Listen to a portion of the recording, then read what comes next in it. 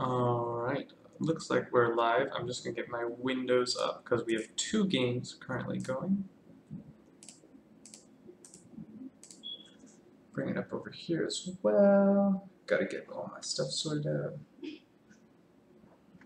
Ooh, this needs to be refreshed. Aha. Aha! I love you too. See you later.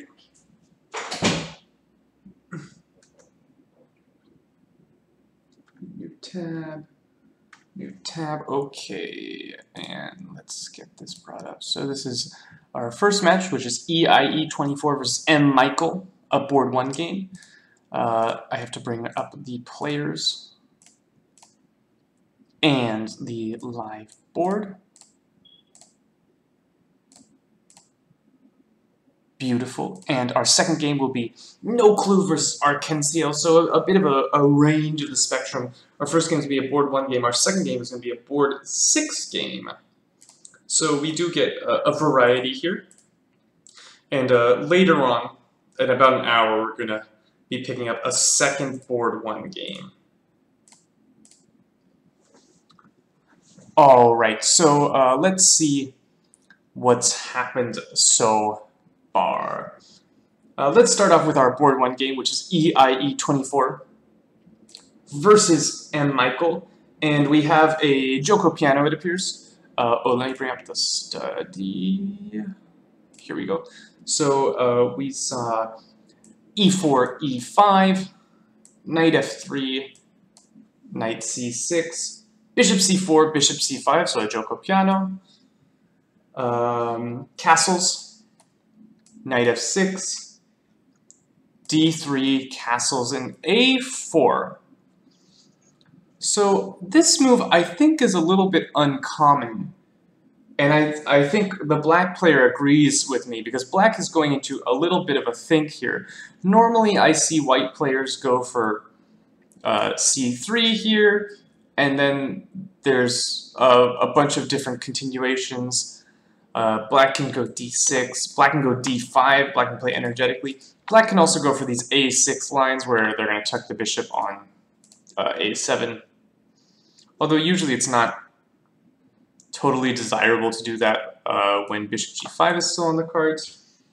So this C3 move is the most common. It threatens to go D4. It threatens to put the bishop back on a safer square where it's not going to be harassed by Knight A5. And last but not least, sometimes white will play for a space gain on the queen side with b4 and a4. So this is the normal move. a4 at once is a little bit interesting here.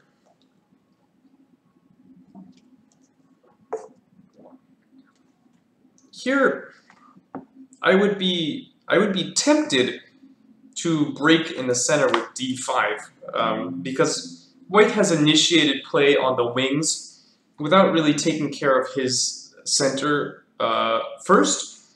And so d5 feels a little bit thematic. However, this might not be so great in this exact position because after takes, knight takes, so black is a little bit better developed, but the position feels a little loose. Like, this knight is a little loose, this bishop is a little loose, this pawn is a little loose. So I think there's a lot of potential problems. Also, by playing d5, black has opened up the e4 square. So, for example, knight d2 to e4 is possible here. This is a very unique position, not something we see a lot out of the Spanish, or not the Spanish, the Italian, excuse me. But black can also slow play instead of going for the immediate break, because that doesn't look too attractive to me. Black can go like d6 or a6. Both of those seem reasonable. Let me just get on Twitch so I can see the chat, see what y'all are saying. Nobody's saying anything. Aha! That's how they get you. So, yeah, black can slow play with d6 or a6. Those I think have a chance of transposing back to a more mainline position. Something like d6, c3, and now the threat is actually to trap the bishop with d4, a5. So black should probably play a5. Yeah, in the World Championship, or not the World Championship, excuse me, in the FIDE, the knockout, what's it called? The World Cup.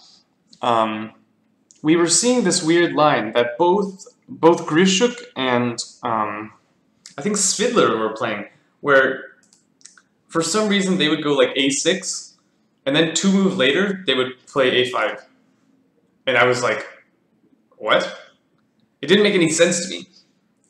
It still doesn't make any sense to me. So I don't really understand why you would play a6 and then a5. That just baffles me. So this a5 move makes a lot of sense, sort of shutting down b4, gaining space on the queen side. You give up this square. It's true, but I don't think that's a huge issue at this point in time. So yeah, this a4 move, d6 looks sensible, and this this looks like a pretty comfortable version of this for black. He has some space on the queen side. He's preparing to go like bishop e6, or maybe rook e8 followed by bishop e6, trade off this bishop, and then play d5. And I think black is already close to equality in this position. Okay, so black has gone for the immediate d5, which is a move I mentioned, and it was the move that at first seemed principled to me, because white's playing a4 before he's taking care of his center, and we have the swap on the board. Knight takes d5. Here I was liking this sort of simple plan for white of bringing the knight to e4, which is a good square. It wins a tempo on the bishop. It is also possible to play rook e1, going after this loose pawn. Yeah, I think white has a pleasant position here, just because black has like 3 things that are loose currently. None of them are hanging, but all of them are attacked as many times as they're protected. The knight is defended once and attacked once, the pawn is defended once and attacked once, and the bishop is neither attacked nor defended. So all 3 of these things are a little bit loose on the 5th rank, which makes me feel like white is going to win some time attacking these loose pieces. So I like this knight d2 to e4. That's a great square for a knight. It wins time on the bishop. And yeah, I think this is very pleasant for white. White has a good position here. d5, it's definitely interesting, but I'm not sure it was best in this exact position. All right, let's take a look at our second game. This is our board 1 game, again, of EIE24 versus M. Michael, or Michael. But our second game is a much different affair. Our second game is going to be No Clue versus Arkenziel. So, oh, I've been on the wrong overlay. I was supposed to be on this overlay. Now we're on No Clue versus Arkenziel. Great.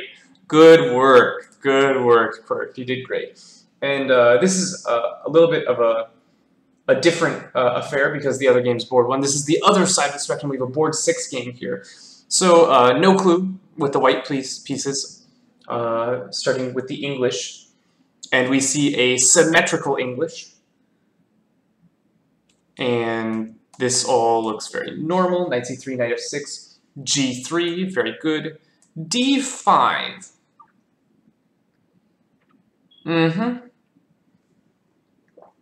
So the idea here is if we go take, you don't have time for this bishop g2, but even here, like knight f3, bishop g2, and castles, is this a...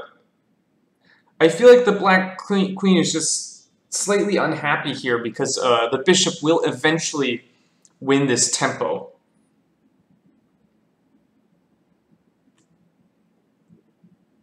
Okay, we saw something similar. We saw d5 takes, and bishop g2 right away, which is maybe a better version of this. Because it's not really in black's interest to capture on c3. This would be bolstering white's central majority, and white's going to go for some quick d4 here, like knight f3, d4. And it's sort of improved by this pawn on c3. And black also doesn't want to be making a move like c4. It's possible for black to play e5 here, which does clamp down on the d4 square. And after a knight f3, knight c6, black does have a nice clamp here. The only issue with this position for black is he has created a hole on d5. However, it is not so easy for this knight to end up on d5. In fact, it's quite difficult. The knight has no clear route there. So this was maybe interesting after bishop g2 to take on c3. Of course, d takes c3 is unplayable because the queens come off, the white king gets caught in the center. So bc3, e5, very interesting.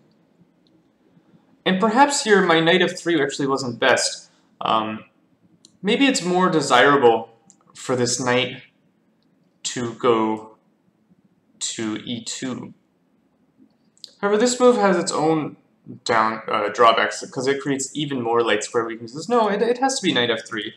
Knight c6, and I think black is comfortable here. Like I said, he has this hole on d5, but it's not easy to take advantage of that. And black has nice central space here. He's a little bit behind in development, is another thing to be mentioned. But I don't think white's going to be murdering him particularly quickly. There's no like quick break for white. If you can't get d4, you're not really opening the position. So black has time to go like bishop e7 and castle and something like this. So I think that was actually very, very playable for black. But after bishop g2, we saw e6. Very sensible. It supports the knight and helps develop the bishop. It is, excuse me. It is possible in this position that the bishop would rather be on the long diagonal. However, you do have to address the fact that this knight is hanging, and e6 seems to be a comfortable way to do that. You really either need to play e6 or take on c3. Just retreating the knight is probably not good. That would leave black pretty far behind in development. I like taking on c3, actually. I think black had a comfortable position, but e6 is fine. Knight f3, very good. We're going to castle. Bishop d6, great. We're going to castle. I'm not sure the bishop is thrilled to be on d6, especially in these structures where white has fianchettoed the bishop here. The bishop is actually not happy on this diagonal. It's not doing anything. So probably better here was to go bishop e7. And here the bishop actually has a future. It can pop out on the f6 square, and all of a sudden it's come to the long diagonal, where it's very potent. So bishop d6 is probably inaccurate.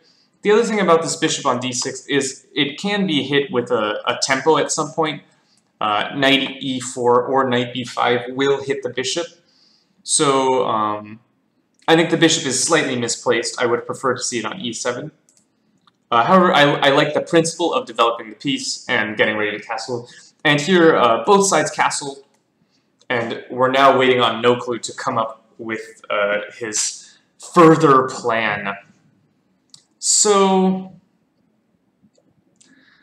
as white, first of all, I would like to do something with this piece. It's currently not playing. And I would like to win some control of the center. Currently black, excuse me, is doing quite well in the center. So I would like to gain some central control. which is leading me to eye up this move d4. Just striking in the center, opening the c1 bishop. This move seems very sensible to me. Yeah, I like this move a lot. d4 makes a lot of sense. I'm striking in the center, and I'm getting ready to develop my last piece. Also, at least interesting is this move e4. And this move seems a little strange. Yeah, actually, I don't like this move. The problem with e4 is after knight b4, you have pretty big holes here. And this pawn on d2 is backwards. Although, perhaps it's possible to follow up with an immediate d4. Now, this is something. Here we're in business a little bit. Here we are in business. This is not the dumbest thing I've ever seen. Because white now has a powerful center here. Black is somewhat obliged to eliminate the center. Otherwise, white has ideas of going like d5 or e5 and just really eating up space in the center. So I think black would need to take. And this position is something. White sort of got this e4 move in, which I think is nice for white. This bishop is not doing much. Although black is probably going to go e5 here, I think. Okay, no clue has gone for d4, which is also good. This e4 move was interesting. It does leave these holes behind, but if you go d4 right away, they're not really holes anymore. Another thing to mention is black can try c4, and the point of this move c4 is to secure this square for the knight. But in playing c4, you've left this powerful center for white. I think white would be much better here, and I can actually sort of play around this knight on d3. I always have knight e1 if I really need to trade him off. So I think this would be pleasant for white. I like this e4 move. I also like this d4 move. I think white is probably slightly better here. Nothing much. I think white is slightly better. No clue in the game chat saying, I'm not sure if d3 or d4 is proper here. I like d4 better, right? We want to fight for that center. d3, it's a little tame. It's a little tame. We want to get that space in the center. d4 is a nice move, I think. Let me check in on the chat, see how we're doing. Still no chat. Guys, if you're watching, feel free to send me a message. If you have questions about games, anything like that, please, please, please let me know. Because I'm happy to answer questions, go over lines, stuff like that. All right, let's check back in on our board one game, EIE24 versus M. Michael. So we left this game. EIE24 versus M. Michael. When we left this game, we had just seen takes, takes. I was advocating this plan of putting the knight on e4. White instead went for knight c3. And this strikes me as just a hair odd.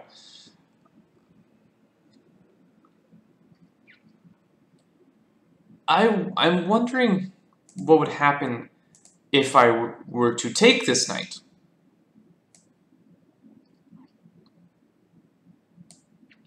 I think white is arguing that this structure is good for him because he's going to play a quick d4. However, black is really well positioned to deny d4. d4 is currently unplayable. Yeah, I'm not sure about this. This a-pawn is very, very weak. If I ever have time, I will pick off that a-pawn somehow.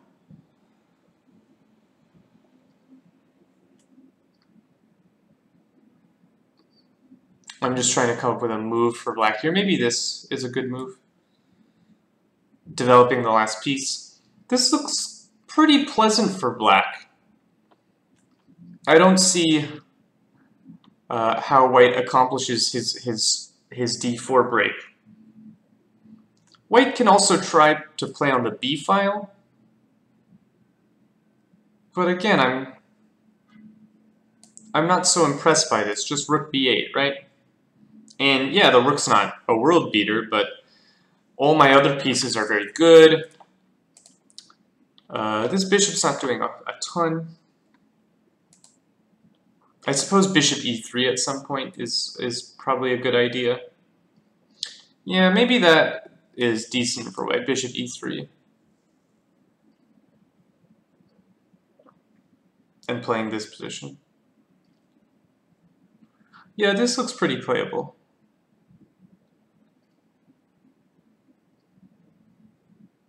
The point is, if takes, now I really will get d4. But even here, I don't know if d4 is so good. Like e4, you have some issues to solve here. I think black is okay here in this position. So knight c3, I really would have considered taking that piece off the board. In the game, we saw knight b6. Which is a little bit annoying, but I just put my bishop on a2 and I say, like, what's the problem? Because now I think I've sort of gotten what I want as white. This knight is very powerful. Bishop g4. This is a little bit annoying because with the light square bishop way out in Siberia, it's hard to break the pin. But now the knight comes to e4, right? This was the point of my knight d2 move. I wanted this knight to show up on e4. And black's knight feels misplaced on b6. I'm winning time against the bishop. It has to go back. I have a great knight here. You can't play f5 because of the pin. And I'm starting to eye up moves like a5. And just starting to kick you around a little bit. Yeah, I like this for white. I think white is doing well here. The only issue that white has, this pin is very, very annoying.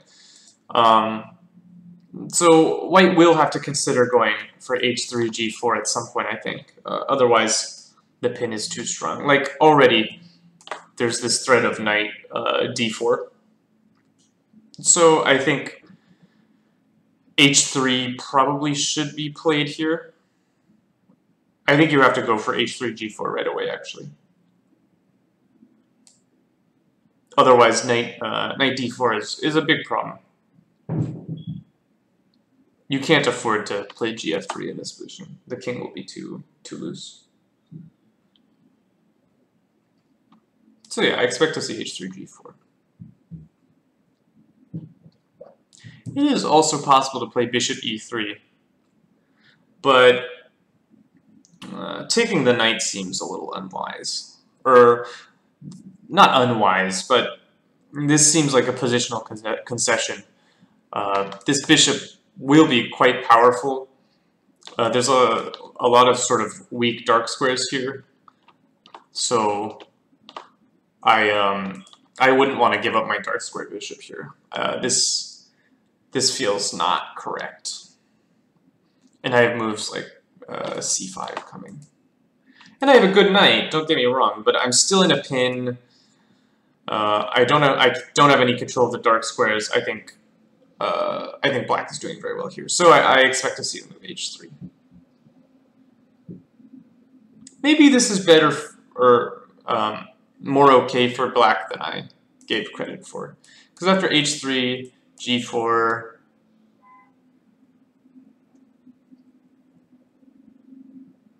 my dark squares are pretty weak. Something like rook e1. I still like white. White has space on the queen side, space on the king side. This bishop is monstrous. Totally monstrous. And this knight doesn't feel like it's in the right place. You can't really ever grab this because I'm going to take f7, which is a much more important pawn. So yeah, I think white is better here. Just a lot of space. Good knights. This knight is bad. This bishop is pretty bad as well.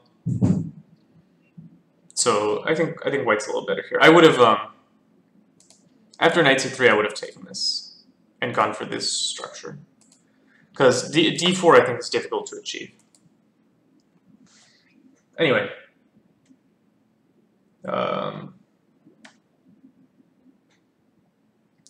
We've got some chat finally. Swapper Perez says game 4545. Yeah, this is a online league that is currently going on.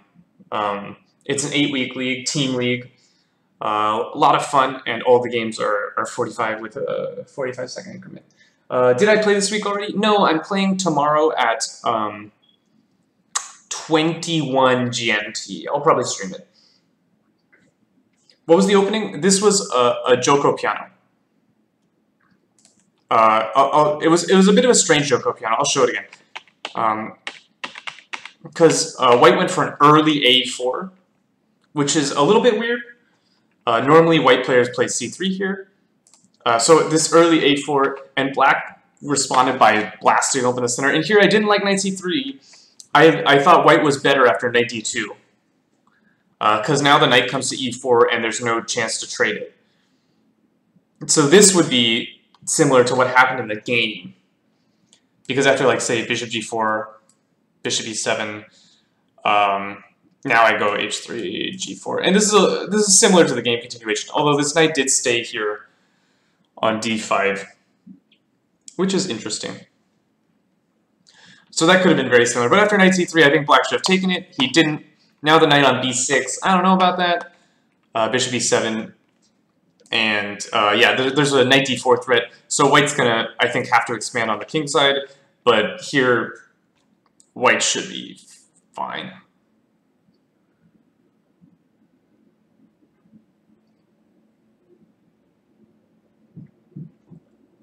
What's my rating? My rating, I'm USCF. I'm 2150. So I'm getting close to master. The thing is, swap for price. Black in the Italian game, black can always get in d5. For example, after c3, d5 is a line, right? This is totally playable, but sometimes playing d5 it's a little bit hasty. These positions are a little bit unclear. And so it's not always the case that d5 and you've just immediately equalized. So yeah, I mean, d5 here, I don't think this is totally equal because this e4 square is really juicy. Someone mentioned the plan of playing king king h8 and f5. That's a little bit harder to achieve now that I've gotten my g4 in. Yeah, I think here, if you go king h8, this just feels slow to me, right? Like, something about this doesn't sit well with me.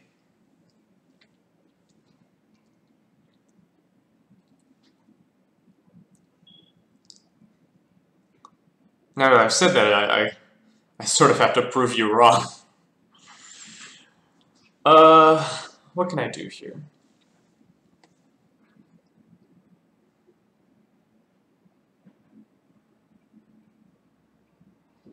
So the first issue is this dark square bishop doesn't have so great of a place to go. I need to ask myself, how big of an issue is f5?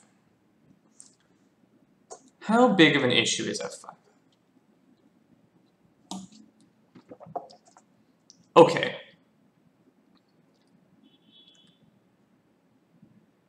What if I'm a sensible human who develops my pieces?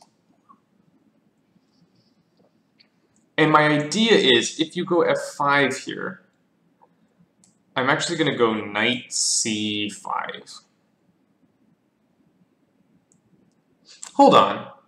f5 is going to hang this e-pawn. So what if I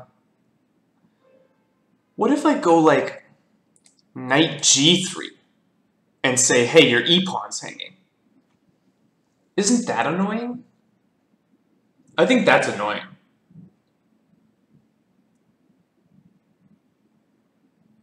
Oh, Pretentious, you want to hop on?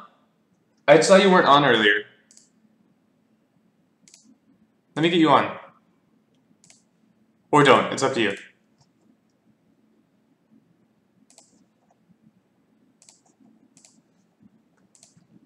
Yeah, the stream's pretty early today because it's Rosh Hashanah, which means I don't have to teach today or yesterday because of the Jewish holiday.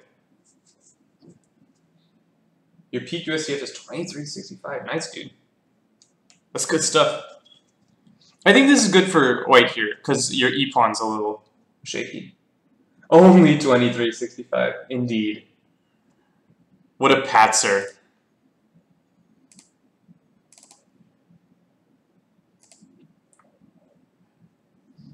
Yeah, so this position, let me see if h3 has been played, because I'm not even sure if that's been played yet. Whoa, what happened here? Okay, we saw h3. Oh, okay, he did it better than me. He didn't even have to go g4. He just went knight g3 right away. I like that more. Of course this is better. He doesn't have to go g4. Silly me. This is a much better version. So yeah, I think white has done very well here, because normally the knight gets to g3, and here the knight has somehow like accelerated its journey to g3. After bishop g6, rook e1, this pawn is hanging. I think white's doing very well. Yeah, white played this much better. Who's the white player in this game? EIE24. I assumed he had to go h3, g4, but knight g3 is just much better. Yeah, this is very bad for black. Black has big problems. This knight is poorly placed. This bishop is very poorly placed. This bishop is monstrous. This bishop isn't great. Now, my bishop's not great either. These two knights are both good. The knight on g3 is much better than the knight on b6. I don't know what the knight on b6 is doing. So this is, I think, very good for white, in my opinion. Yeah, you could go for that. But oh.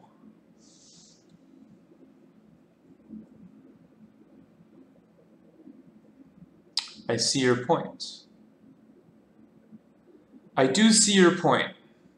Because I've been looking at this shot always, but now I'm gonna regret it because suddenly my queen is in the line of fire. However, giving up this light square bishop is hugely committal. Hugely committal. And I think that white will have full compensation for this pawn, simply because this is a monster. He's a monster. He's coming to get you.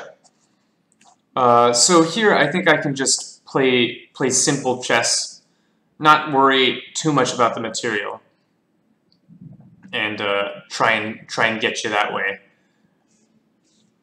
I can start with rook e1. I can start with knight f5. And I'm going to say this piece is just way not where it's supposed to be right now. Let me start with knight f5. I like that move. What's happening after knight f5?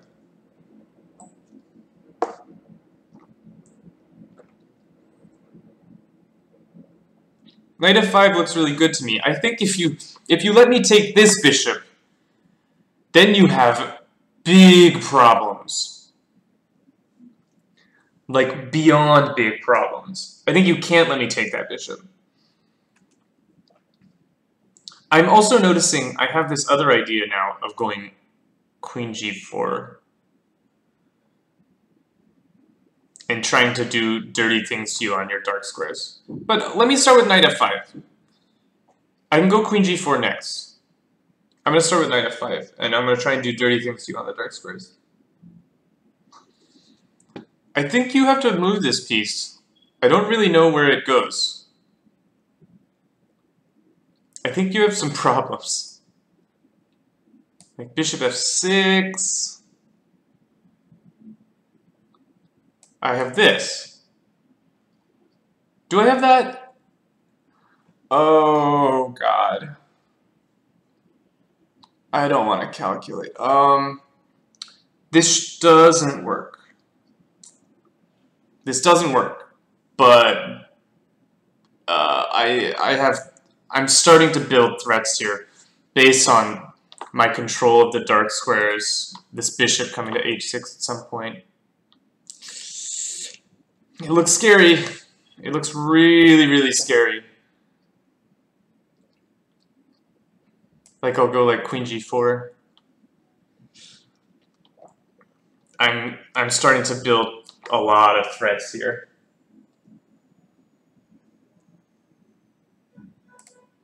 You're in so many pins. Everything is pinned. I like this for white a lot. I think this is too dangerous.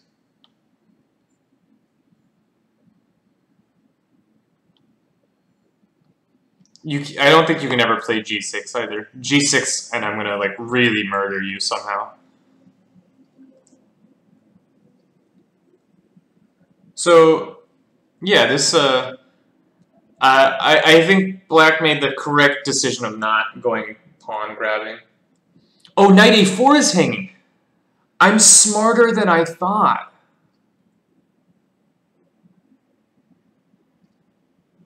I am so much smarter than I thought. I didn't even notice I was hitting this knight. Guys, I'm an accidental genius. Who knew? So yeah, if you can't play bishop f6, then you have big problems because I'm going to take this piece and then I'm really coming after your dark squares. Like really, really. It's no joke. I'm going to have two beautiful bishops. You're going to have two pretty terrible knights. And so yeah, this is very good. So I think black is maybe correct in playing bishop g6, but after bishop g6, your position is just bad. Like rook e1, your e-pawn's hanging. The position is just very bad for black. Black needs to go like something. I don't know. What do you do here?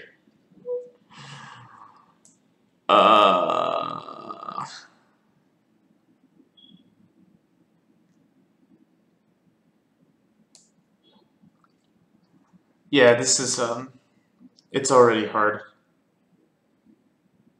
I think you have to go bishop f6, because if you go bishop d6, then all of a sudden my last piece comes just flying into the game with tempo. So I think you should go bishop f6. But I mean, look at your bishops, right? What are they doing? Your bishops are ridiculous. Those are the worst bishops I've ever seen in my life. Also, if you go bishop d6, I can go knight 8. Just kidding, I can't do that. I'm dumb. You'd prefer it on d6? Yeah, but then I'm flying in, right?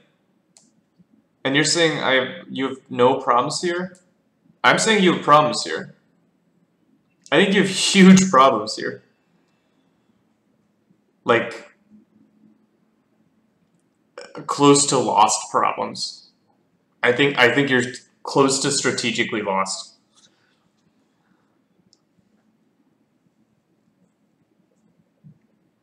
This is just falling apart, totally falling apart.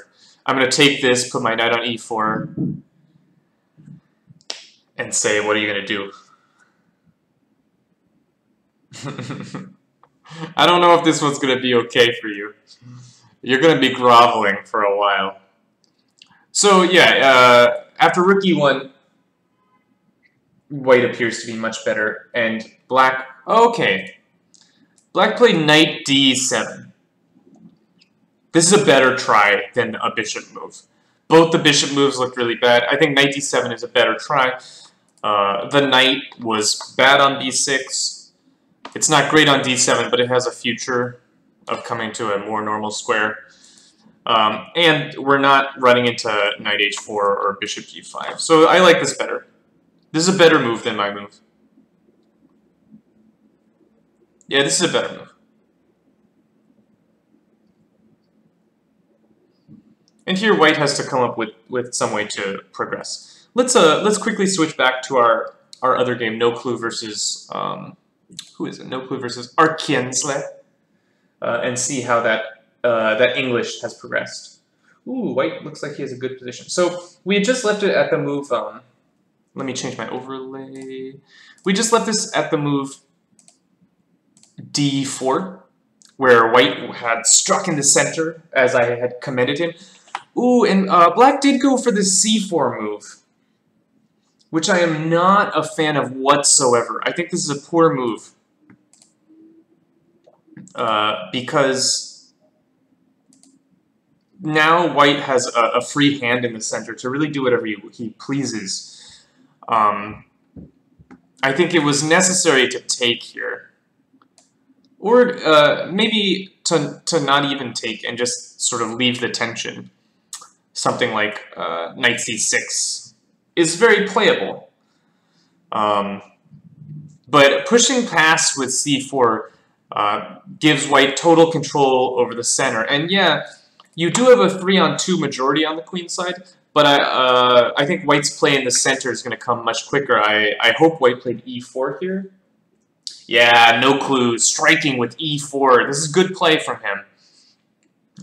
He's just taking control of the center. Black just gave up control of the center, so white strikes forth in the center. Knight takes c3. I think this is probably a poor move. Knight b4 was better, in my opinion. At least trying to get some compensation with the knight coming to d3. But after knight takes c3, b takes c3, white has just a beautiful center. And black doesn't have the normal sort of Grunfeld style of counterplay with c5 because he already pushes pawn to c4. So it's going to be very difficult to break up this center. Black is going to have to play e5 at some point, but e5 is almost alwast going to be hit with d5, I think. So, yeah, I think black is just almost strategically lost. An interesting try here is to go e5 immediately. Because my point is, if you take this, this is something, but I think you've given too much here. White is up a pawn, and white has the 2 bishops. This should be winning. Yeah, it's just lost. Totally lost.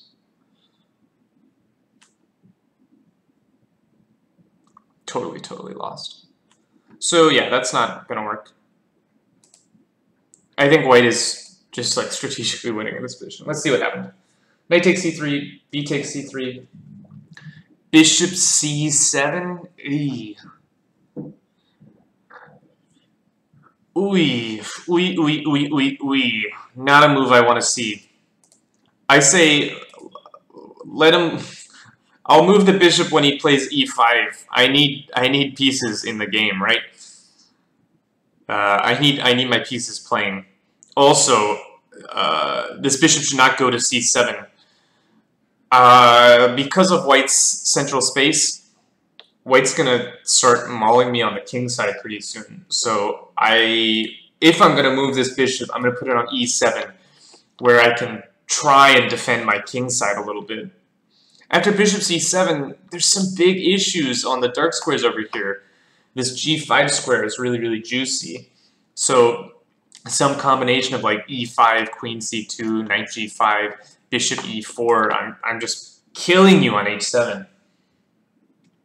Okay, bishop c7, and e5 right away. That's probably fine. Sometimes you don't want to play e5 because you're giving up control of the d5 square. But again, as we were talking about earlier in this game, It's not so simple for this knight to get to d5. It'll take some time. So I think this e5 move is fine. White should have an attack before e5 lands.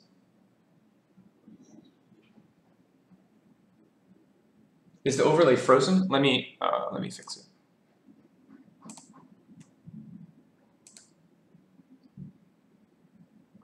There we go.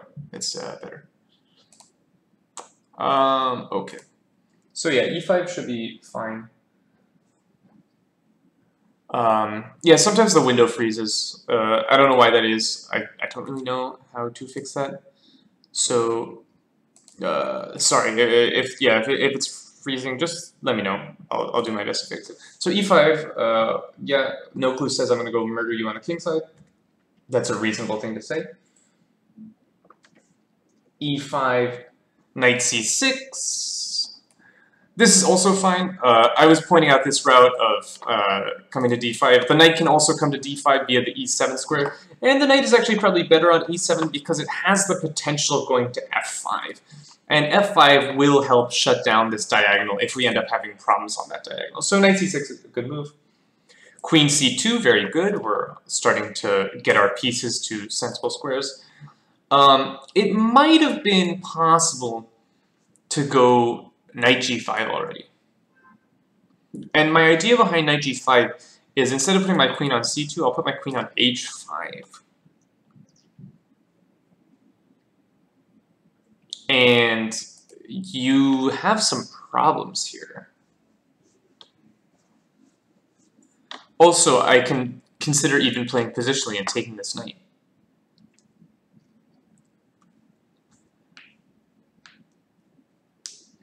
I think h6 is always undesirable. And after h6, I'll go knight e4. I start to have threats of knight f6, like queen g4, knight f6. This looks terrible. So I think knight g5 was perhaps more accurate here. The knight always wants to go to g5, whereas the queen is not certain if she wants to go to c2 yet. After knight g5, this position is really difficult. Like, my threat is queen h5, knight e4, and sack. Just sack everything. And we're seeing why this bishop on c7 is really misplaced. If the bishop was on e7, you can't go knight g5. So I think knight g5 is almost a kill. Like this appears to just be lost. h6, knight e4. You can't stop me from all these threats. Like what do you do here? I guess you go knight e7.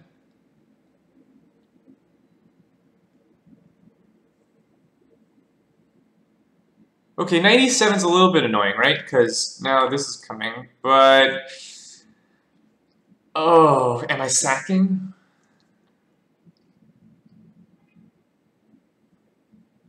What's going on here? Takes... Something like queen h5 and g4 is probably nasty. Let me throw this knight in first.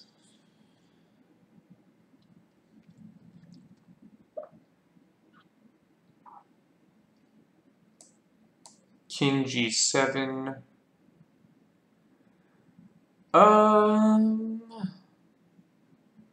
This is not the most concrete thing in the world because now all of a sudden this knight g6 is showing up. I think I've misplayed this for white, although it's possible that white is still doing well here. Yeah, the problem is if I go like queen c2, there's knight g6. And black is alive. So I don't think I sacrificed correctly here.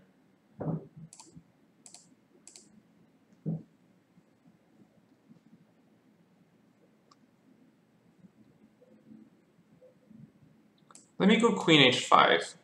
Yeah, I think this is correct. Queen h5.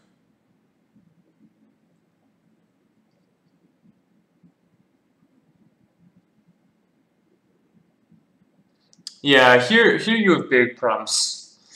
Because now, if you go knight g6, now this works. And you lose. Knight f6 is mate.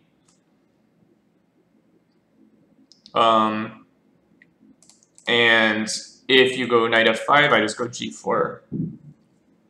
And I say you lose. And I think I'm right. I think you lose. G6. I go queen h3. And I'm going to take on h6 next move. Yeah, it's just lost. I don't see a defense. You can't play h6. It's just unplayable.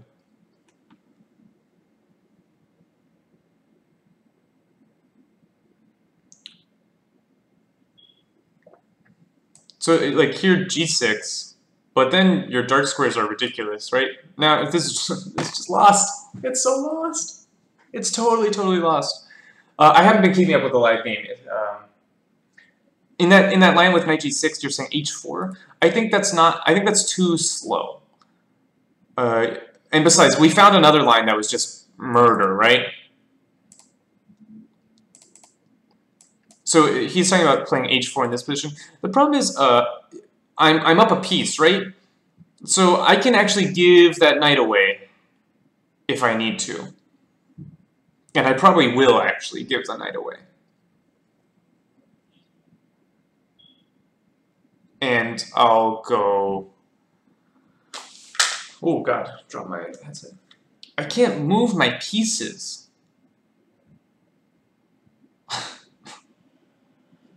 I can't... My pieces don't move. Oh god, I can't move my pieces. I would probably go bishop d7, c6, and grovel. But you're right, this is probably still good for white. Anyway, let's resume the game, because after queen c2, what did we see? Queen c2, bishop d7, and knight g5, okay.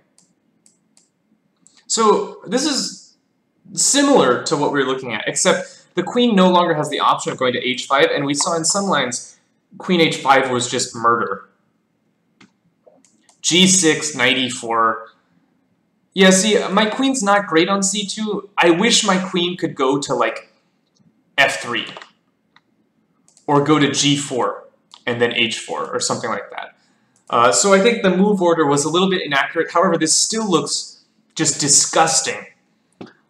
Because white is threatening to win the exchange immediately. And I don't see how you stop that, actually. Queen e7. Okay, queen e7 stops that. That's true. Queen e7 does stop that. It gives the rook more squares.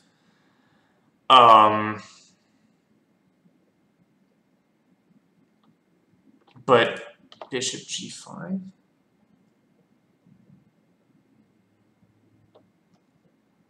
I have a simple plan of mating you. I guess the idea is to go bishop d8.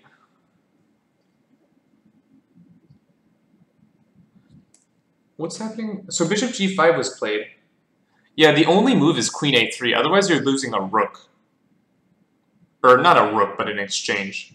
But this piece is hanging. Knight f6. There's a piece that's hanging. Yeah, knight f6 check. Picks up the bishop. This is winning for white. Boom! That's a kill. No clue played it. White is winning. He's winning a piece.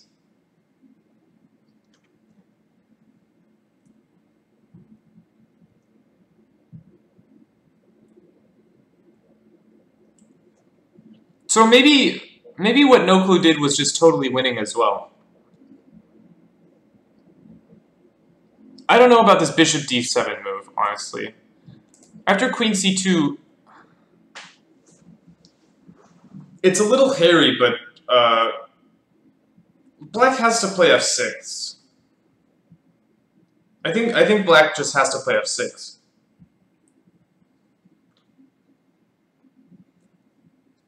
I see no other move here for black. Black has to break down the center. And this coincidentally has the added benefit of preventing a piece going to g5.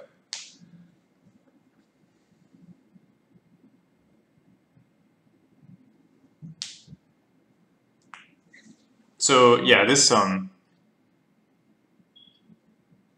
would be the only defense, I think. And white is just clearly much better here, but f6 has to be played. I want to go back after knight g5. Maybe black has a similar defense with f6 that I've been somewhat ignoring. After f6, I wonder, oh, do I wonder what's going on here? Oh, do I wonder? Takes and bishop e4. And what is this?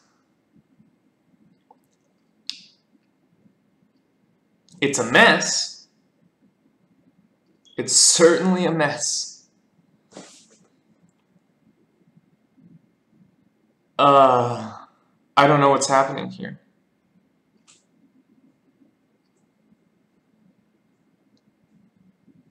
I really don't know what's happening here.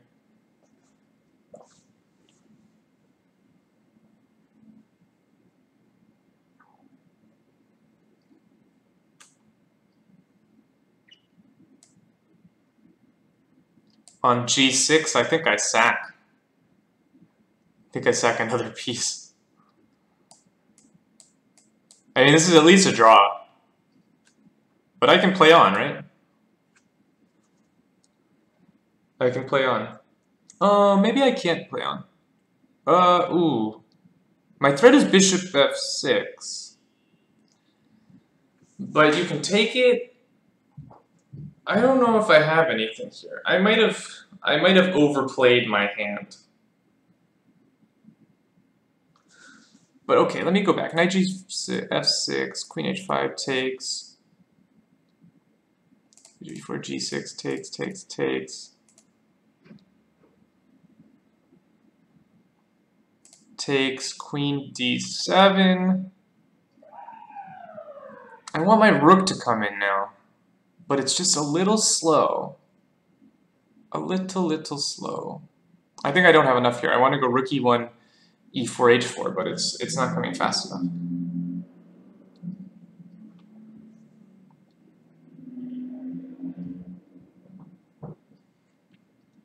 Yeah, so f6 was probably the best defense against both knight g5 and queen c2.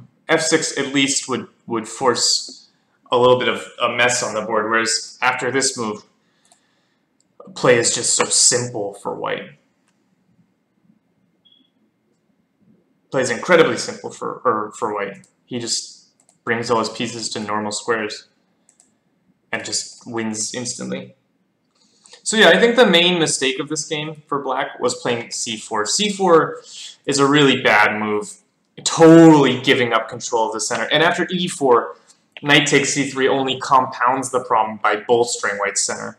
So these were the two sort of critical mistakes of the game for black. Anyway, this game is pretty much over. We'll see how No Clue converts. Let's go back to EIE24 versus M. Michael, where we thought EIE had found himself a very nice position.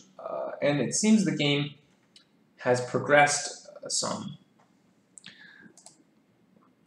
After we had just looked at rook e1, I thought white's position was very nice. After knight d7, white played bishop d2. That's very sensible. White's going to try and add more pressure to this pawn by going bishop c3. That makes a lot of sense to me. King h8. Black wants to play either f6 or f5. Probably f6 right now. He's stepping off this really, really annoying diagonal. I assume bishop c3. Yep, very good. Bishop c3. Bishop d6. So this makes more sense. We were looking at this earlier when there was the possibility of bishop g5, but now you can't go bishop g5, so this move is safer. However, there is now knight e4, and I'm potentially going to grab that bishop pair. I don't really see what you do about that. I think knight e4 here is quite strong. Knight e4 is played. F5 takes and takes. So white has the bishop pair, but black has occupied, given himself nice control of the center. And this bishop is not great. It's sort of staring at a wall here. This bishop is still monstrous, however, and whenever this bishop eyes up the g8 square like that, there's potential for like those cool mating patterns where you'd sack on g6 and, you know, bring something to h4 and its mate. So that bishop is a sort of a tactical problem for the black player. cd6. And white made an interesting decision here. He went d4. He's trying to extend the scope of this bishop. And he's willing to sort of give black this strong center. But black replied, I think, principled? I don't know if that's a word. With e4, which makes me question this d4 move, because e4, and you're going to have to shut down one of your bishops. This pawn is going to be stuck either on d4 or d5, which is going to shut down one of these bishops, which is not ideal. But I think what white is arguing is that he's going to open this bishop, and that's going to be very good for him because he took black's dark square bishop. So black will be weaker on the dark squares. It's actually more valuable to have this bishop open up and cause a ruckus on the dark squares, which is an interesting idea. However, he is giving black a kingside majority, which is something to be, a force to be reckoned with, especially because these two pawns are already quite advanced. So d4, e4.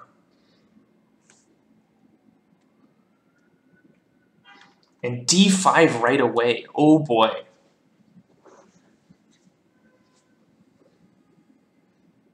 So, okay, let me do the obvious. What happens if I take? You take. I'm on your knight, so you have to take back, and then takes, and materials equal, but all of a sudden both my bishops opened up, and your structure is ridiculous.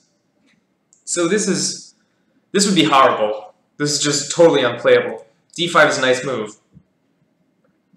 And the black player agreed with me and said, okay, I can't take. So he played knight on c to e5. This was, I thought, part of black's idea. He can block this diagonal with a lot of knights. But it is possible for white to take here twice, if he wants, and force pawn takes, and that'll be a strong majority for black, but also a strong majority for white. White can go something like that very quickly. And he will have a passed d-pawn there, a strong passed d-pawn. So that is something to consider, taking on e5 twice. Let's see if he did it. He chose not to. Ah. Yes, that's a good idea. He went knight d4. White sees something juicy right there. That's a pretty juicy square he's got. Queen h4 and knight e6. Yikes, what a knight. What a knight we have. And this is the current position. White is still doing incredibly well. He forced the win of the bishop pair, and he got his knight to an amazing square. The dark square bishop is very good. I would actually be worried about ideas of f4 at the right time. It doesn't work right now, but f4 is always interesting.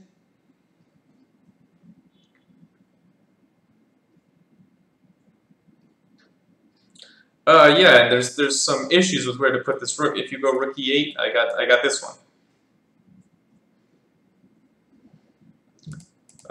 So you are potentially going to be putting your rook on a really dumb square.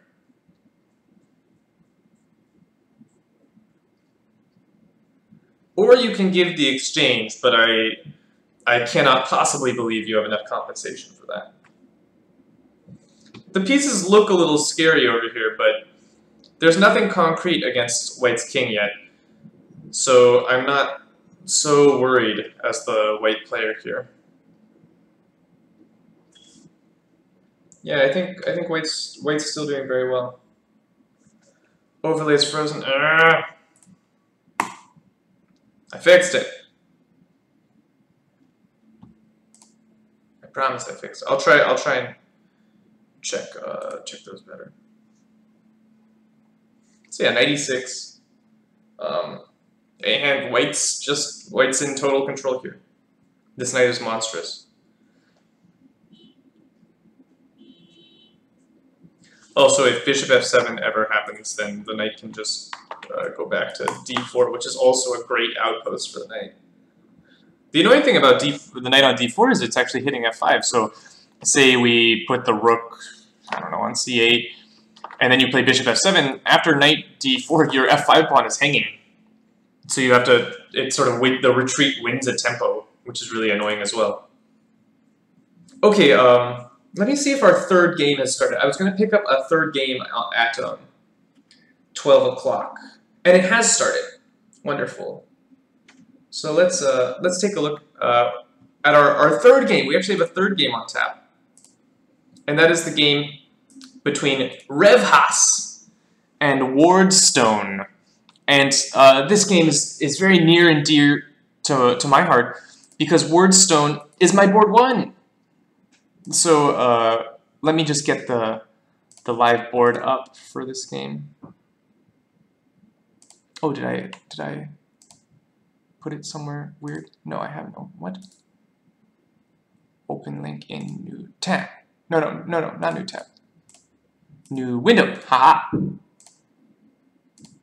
Sorry guys, just give me just 1 second getting this game up and at 'em.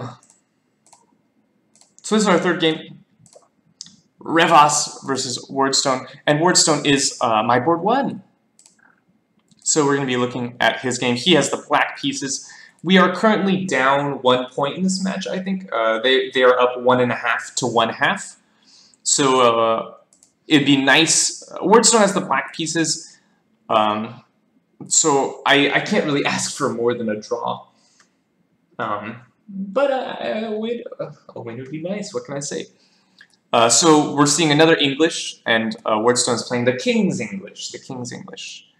And we get sort of a reverse Rosolimo.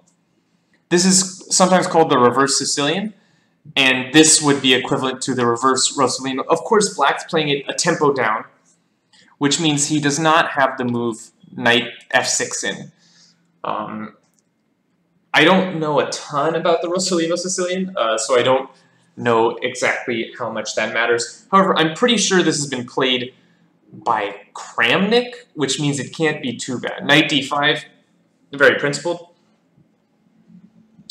Bishop c5, of course the bishop entertains a nice diagonal. e3, preparing to go d4, gaining more space in the center. Knight f6, challenging the knight.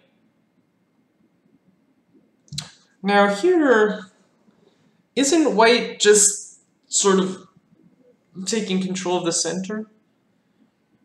I guess he would have to sacrifice a lot of development for it. For instance, I was looking at this line with takes, d4. Oh, I'm sorry, the queen on f6 is eyeballing this. Of course that's not playable. Very good. So knight f6 is preventing d4 for the moment. Although, what's happening here? You're ending up with a terrible structure. Because you can win the bishop pair, but this structure is very, very bad for white. Although, I will say, this structure, this pawn on c5 is very annoying. It's preventing me from playing d6 or b6 nicely, which means that this bishop is very unhappy. So this is this d4 move is not the stupidest thing the world's ever seen. Maybe I can take and then take here and play this position. Yeah, I have queen e7. That's a little bit of an improvement, I think. Yeah, I think this is a little bit better for black. The point is, say bishop e2, I'm on this c5 pawn. And you can play b4, but then this comes with tempo. So yeah, this looks like a pretty good version for black. I think black is okay here. This pawn structure is a little strange. So okay, d4 not played, I think sensibly.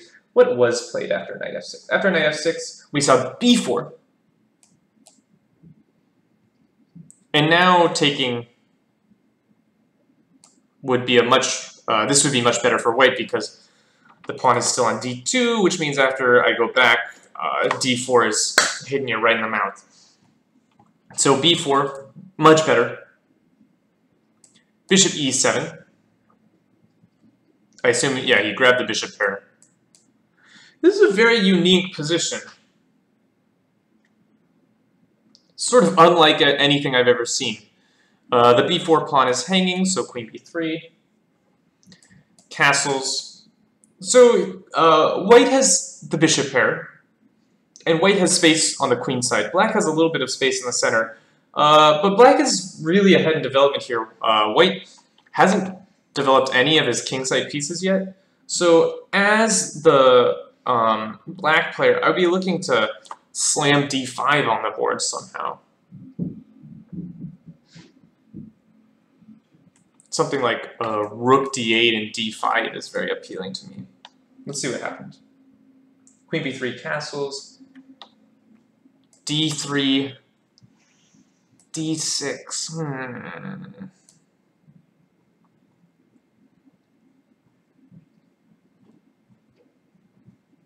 I really like this rook d8 and d5.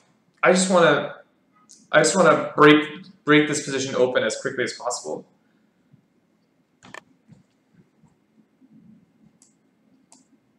Like, yeah, you can't stop me from playing d5. You cannot add more pressure to the square. Okay, you can stop me. You can play e4. But my argument would then be, hello. Like, let's go. So, yeah, I don't think that would be correct in the slightest. So, I mean, it's possible. But, let me promote this really quick. Promote. Queen b3, castles, d3. Oh, my study's really messed up. Alright. Wonder why that is. Rook d8 not played, excuse me, d6 played. And after d6, d6 is also sensible, getting the bishop out. I just want to crack him open. Knight f3, bishop e6. Yeah, now the position is starting to look like white is consolidating. White's going to play something like bishop e2, castles, and d4, and then I would say the position's an opening success for white, because white will have the two bishops, and I don't think black will have a ton of compensation. Here I think black needs to go for a quick f5. Maybe knight h5 here. Bishop e2, knight b d7. Yeah, white's going to castle here, and I don't see a ton of compensation for the bishop pair.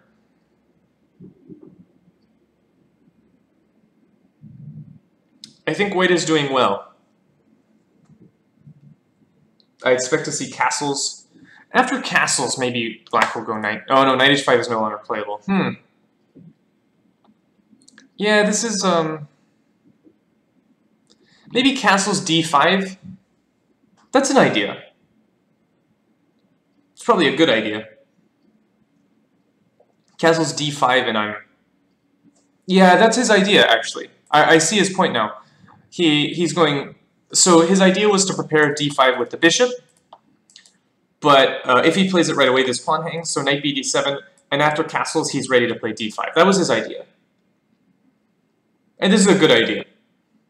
Black has to create some active play, or else he's just not gonna... He's gonna suffer for the rest of the game. And no one wants to sit there and suffer. Okay. So the game saw castles b5. That was not on my radar. It's an interesting move. It's a very interesting move. It's probably a good move, actually. Yeah, so I like this move.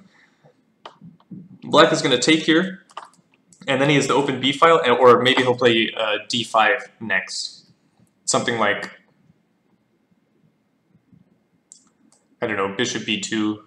But bishop b2 is a nice move here, putting the kibosh on that.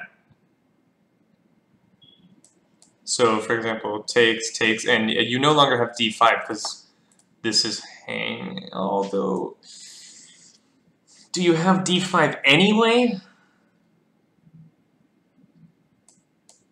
You might, right? What's this? What's going on? No, this doesn't work, right? Queen c3.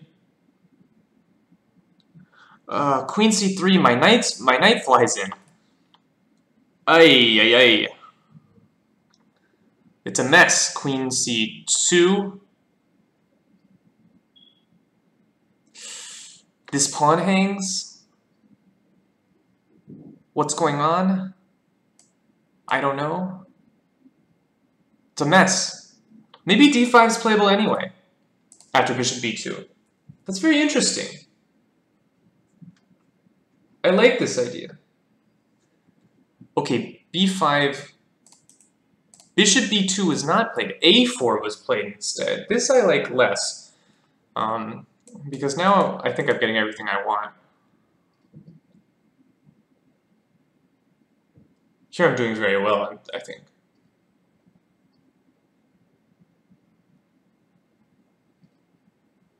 Also possible is to go rook b8 with the idea of going a5. That also seems very reasonable.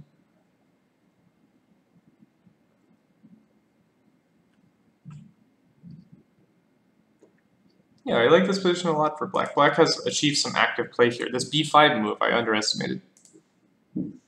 Or no, I didn't underestimate it, I didn't see it at all. a4, a6, really? That's not what I expected.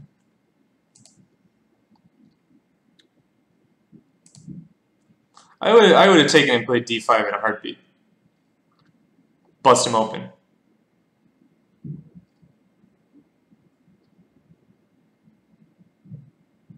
Like something like this. I feel like black's doing really well here. Maybe I'm wrong. Maybe I'm misevaluating this. I'm not sure. It's possible. But I feel, oh man, I just have like rook b8 coming, right? This feels really good for me.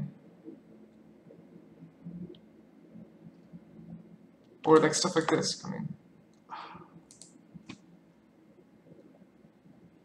a6 it just feels timid.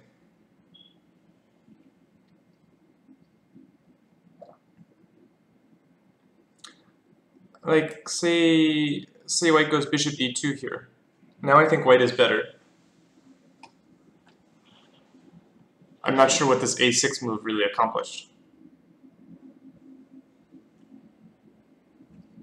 Interesting game, very interesting game, very creative.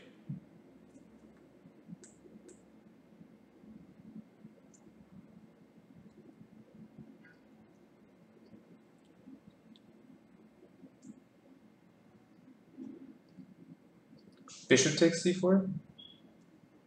Sorry, where?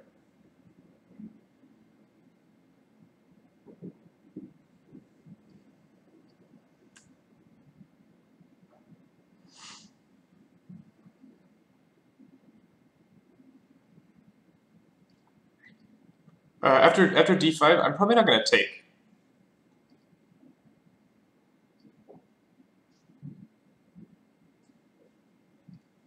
My intention behind d5 was not to take on c4. My intention is actually, I want to threaten this at some point. Or some combination of these moves, and just get a lot of space in the center. I'm not interested in taking and allowing bishop takes c4. Knight e5? Oh, in the bishop e2 line?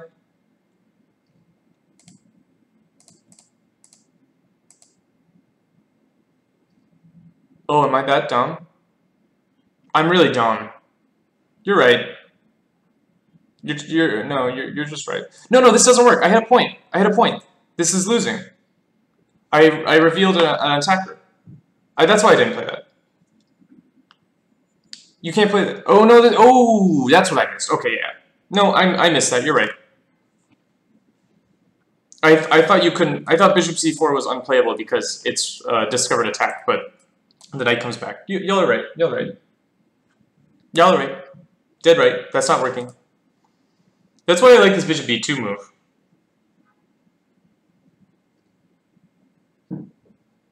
Maybe black's idea then would be to sort of... maybe that's what black's thinking. He's going to try and increase pressure here. However, I don't see... it's still defended enough, and I don't see how you increase the pressure. Well, d5, right? But I don't know, because then you're hanging this one. Messy. Very messy position. I think I would have played d5 here. Just get that space. But b5 is interesting. I'll give him that. b5 is very interesting.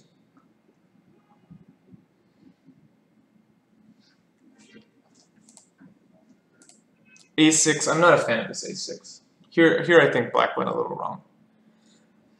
Anyway, let's see. Have we gotten any moves? a6, queen c2. That's very sensible. White says, I would like to no longer be pinned. And now he's threatening to take here a lot of times. Although it's not clear that that's so incredible for white, because he'll end up with double isolated b-pawns. He'll be up a pawn, but there'll be double isolated b-pawns. But this c-pawn will be quite weak. This b5 pawn does a good job. So I think white is much better here. I think white actually has a big advantage in this game. Let's take a look back at the no-clue game. This is the game where no-clue appeared to be winning a piece. And the game is over, so let's run us through to the end of the game. We left the no-clue game when no-clue won a piece with knight f6 check, and he's going to grab that bishop on d7. So after knight f6 check, we saw king h8 takes the bishop, rook c8, bishop f6. This is brutal. Queen d2. Ooh, he's coming for you. He's coming for you. Knight e7. Okay, the knight's gonna land here. That's a... No, it's not a free knight. g4. Yeah, g4 played. Brutal. Good moves. Knight f5. Take my knight. gf5. Queen f8. I'm up 2 pieces, but I'm holding on. Full queen. I'll take it. King f8. Check. This is painful. Check.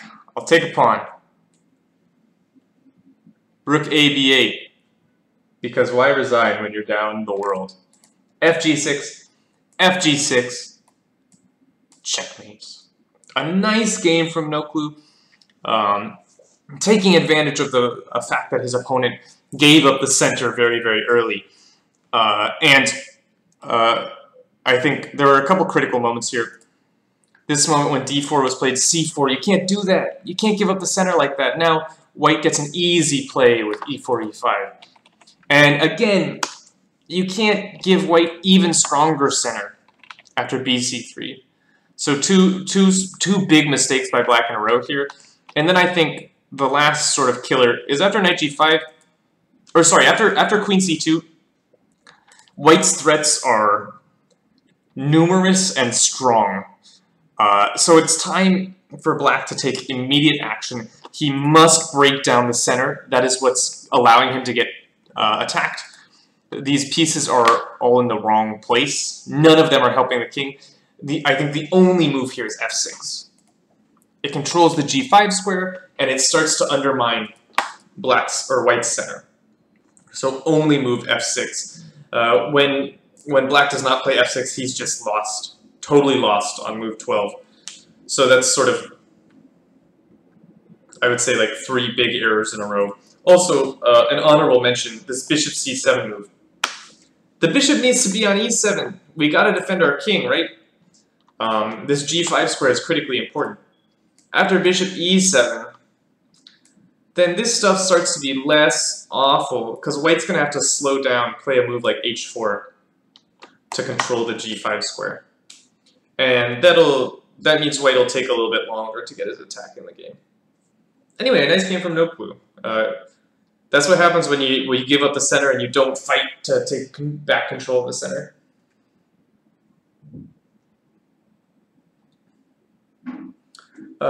Good. Let's check in on our Italian game, where white was cruising with a pretty nice position. White had just landed this monster on e6. Oh, let me change the overlay. So white has just planted this monstrous knight on e6, and is doing quite well for himself. We saw queen h4, knight e6, f4 played. Enterprising. Okay, I'll fall for it. I'll fall for it. I'll take it. What's going on here? I will fall for it. I'm a sucker. Takes. F3 is a threat.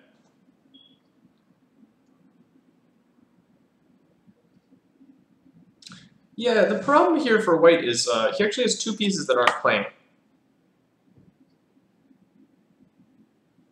So these 2 pieces are not contributing currently. So white needs to find a way to reorganize his army, but it is not so clear how he should do that, and f3 is going to be black's next move, pretty much no matter what. Say I go here, f3,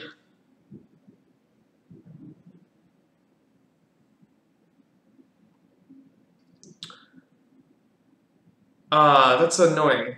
So I actually was going to try this move to meet f3 with g3, but you have this check, and that's a big problem. King g1 takes, right? And here white is lost, like unequivocally lost. So you can't prepare g3. It's actually not possible.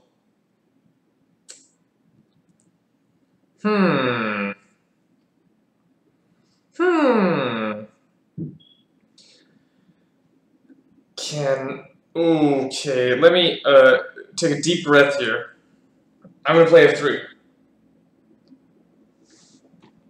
and I'm gonna see what happens here.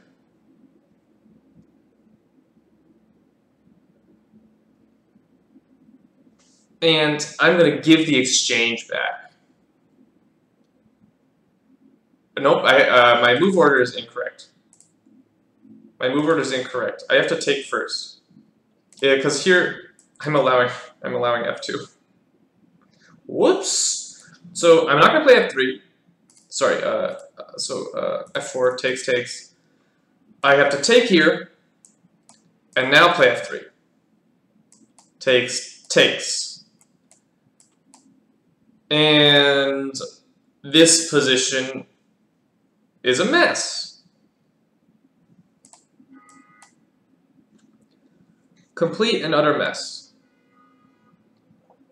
I think black is better, actually. This majority scares me more than white's majority.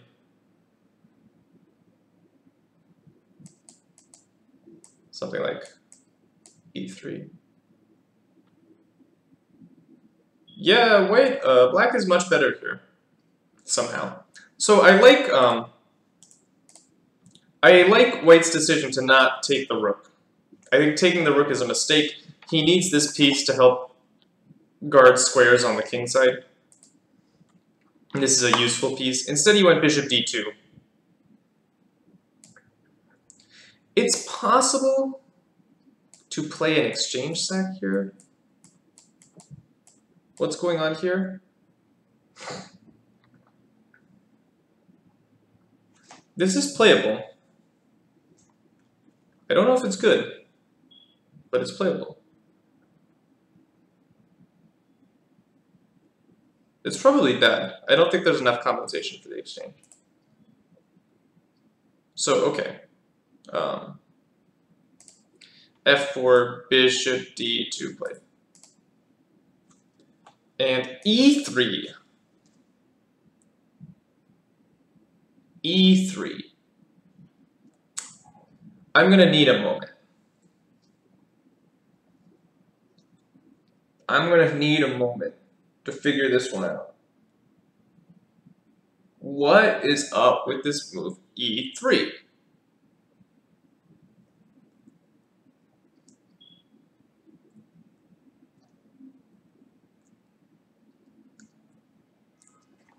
What was wrong with F3?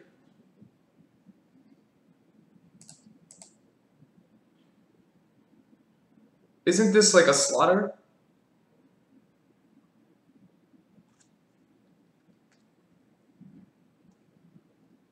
Is it not a slaughter?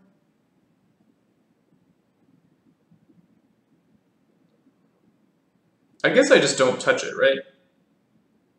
Ooh. Ooh. This is a move.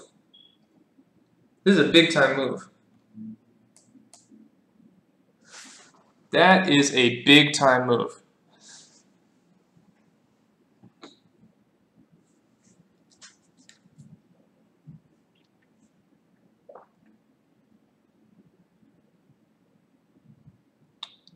And, oh, I want to trap this queen. How do I trap this queen? How do I do it?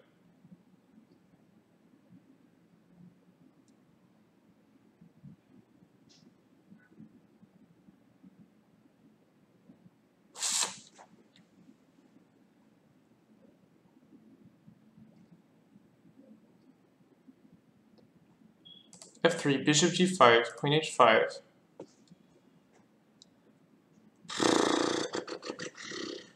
I can't find a queen trap. I cannot find a queen trap. How very annoying.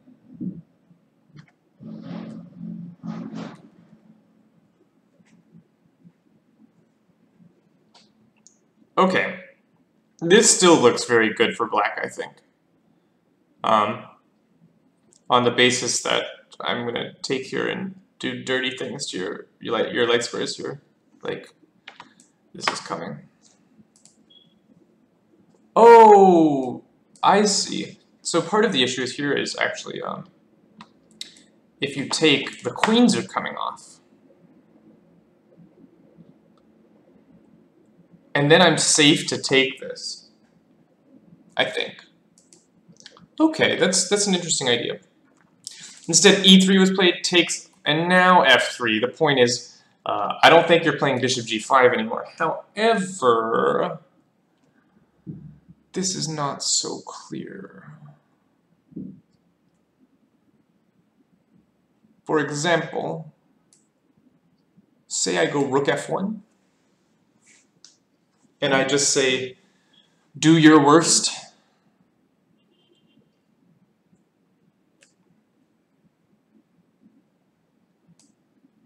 Takes, and I'm Doing well, I think.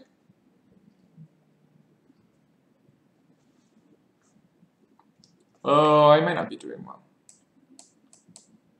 There's some business going on down here. They're gonna give me the business on the h1 square. But with all the rooks off, it's not so clear that that's the most dangerous thing in the world. Say you go straight for it. I will take this with check.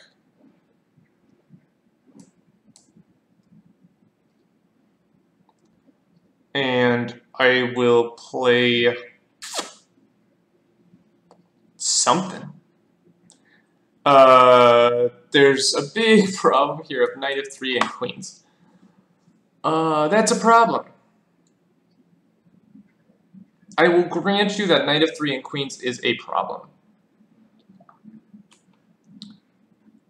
So, okay, I'm gonna get my sneakers on. I'm up a rook. So if I can put my sneakers on, I'll be okay. What's going on here? We might enter this variation. Rook f1 was played. This is a very possible variation. No, that doesn't work. There's this check as well. It's hairy. It is certainly hairy, but it might not be lost. In fact, it might be winning for white. Just get those sneakers on. Go for a run. Go streaking, as Eric likes to say, Mr. Eric Hansen. This looked pretty forced after rook f1. Takes. Okay, say you take this back, right? But now I have time to grab this. Ooh, this looks hairy though. Check. Okay, well, we're not grabbing that.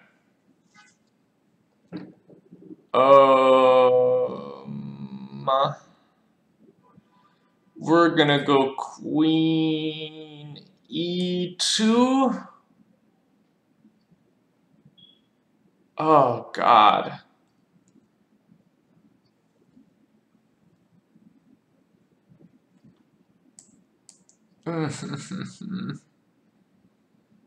This is bad. This is really bad. I don't see anything here. I'm just dead in the water. Okay, so rook f1 takes on g2.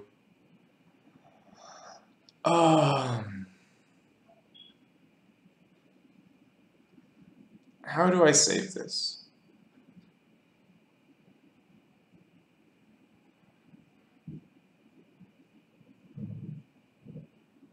Okay, I have an idea.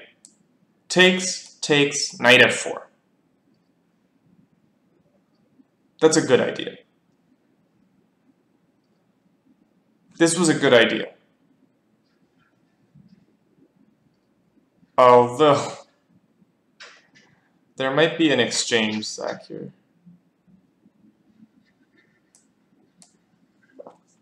Something like queen e2 and just takes.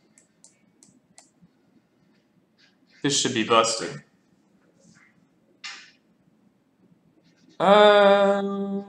This might not be... Oh, I have to take it. No, I have to take the pawn, which loses the queen. No, it doesn't.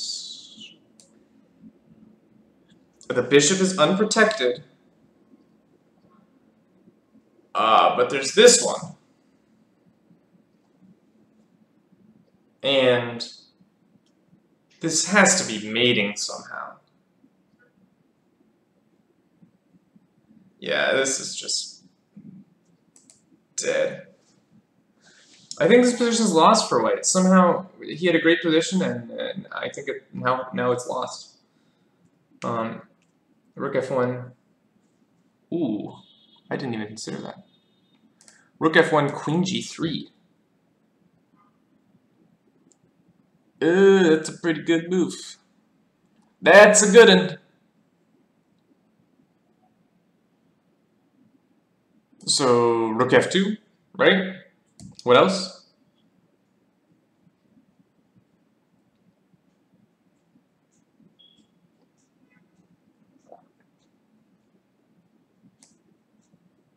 Must be rook f2. What else?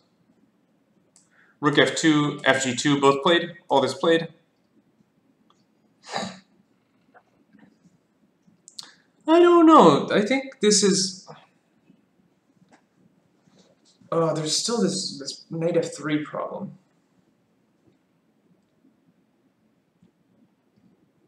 But here... Maybe I can go knight f4?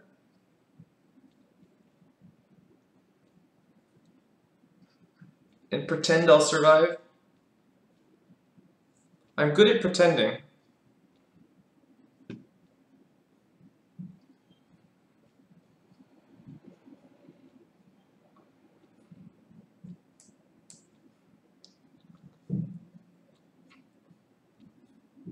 Yeah, this is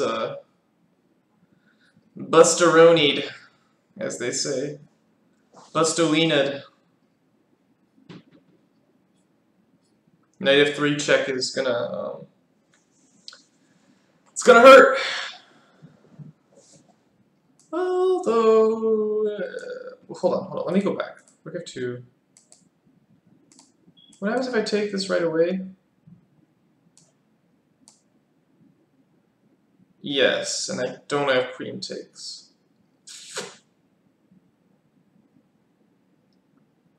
Yeah, this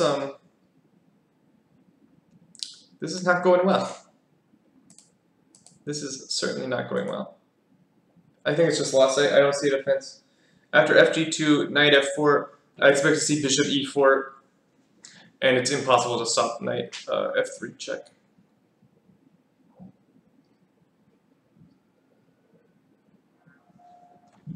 I guess you can do this.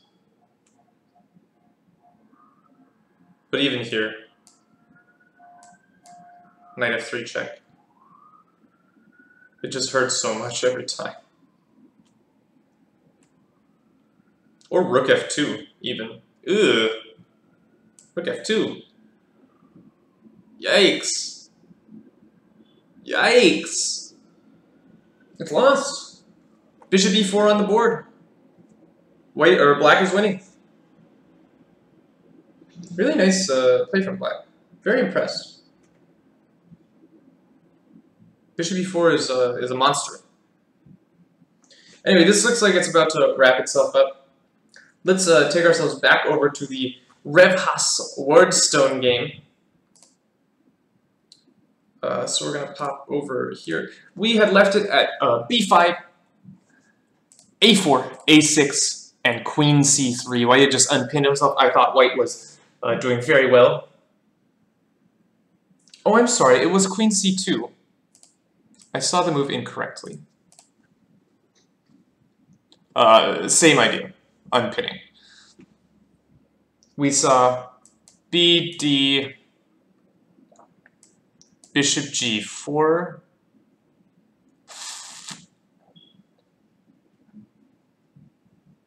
I wonder if d5 is something here.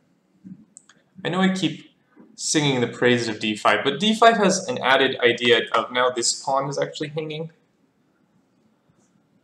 So I think d5 was playable, and again, I think it's good here. I'm a big fan of this d5 move, just getting that space in the center. But okay. Bishop g4 played. Excuse me. Bishop g4, bishop b2, very good. Very sensible, clamping down on d5. Rook on f to b8. Okay. C5. Very sensible.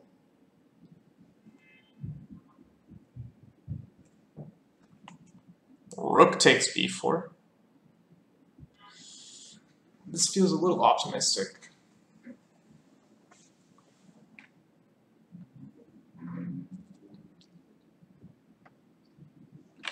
I feel like there's something along the lines of like bishop a3 here, and we're going to have some issues with this pawn. cd6, cd6. Yeah, bishop a3. Rook b to b8, and probably rook fd1. Rook ac1. Okay. So white has sacked a pawn here. I think white definitely has compensation. He has strong control of the c-file.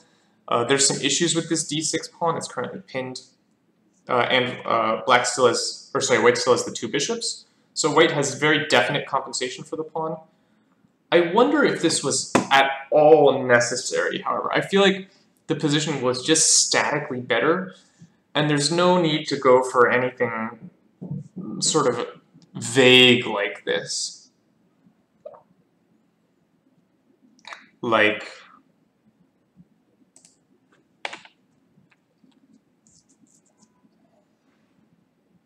I guess when you commit your bishop to b2, it is difficult to protect that pawn.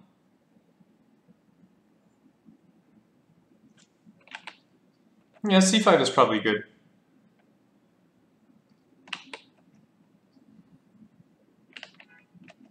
b5 is playable.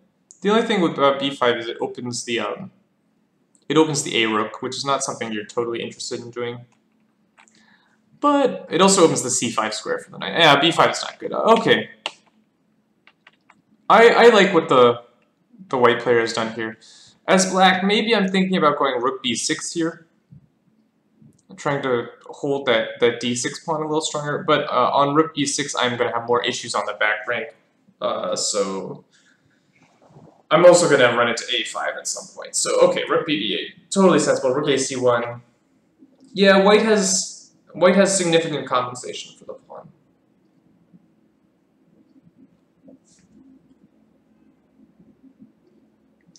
I wonder if it's reasonable as black to try and bail out here with knight c5 and give the pawn back. This doesn't look like the bailout I wanted. I appear to still be having a lot of issues. Yeah, this is not a bailout. This is not a bailout in the slightest. This is a disaster in the making. Although, this is something. This is something.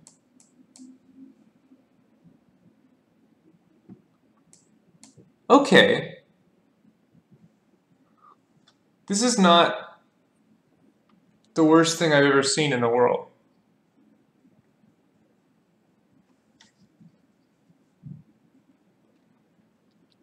This actually looks playable. As black, I'm trying to bail out of this position. I think my position is quite bad. I think my position's been bad for a while. I'd be looking for ways to sort of simplify into a somewhat drawn ending. And knight c5 appears to somewhat do that here after e4. The point is the e2 bishop is undefended. So you have to go knight d4. You have to take back, and this looks a little drawish. This does look a little drawish. I would be looking to bail out here.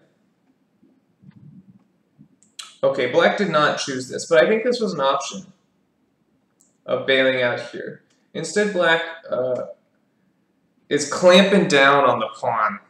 He says, I got a pawn, I'm taking it all the way to the bank. I don't know about this one.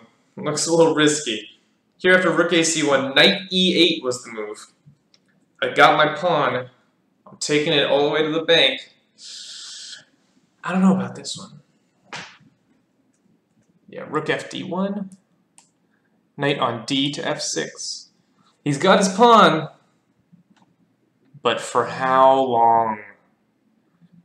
This feels so shaky. Like queen c6. So shaky. I don't believe in this at all. I think black is going to start to fall apart here. Queen c6. You can't go. You can go rook c8. I missed this backwards bishop. Rook c8. Okay, this is something. This is something.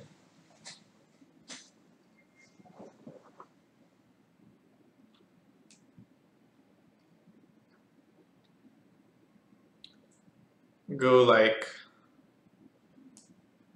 queen b6.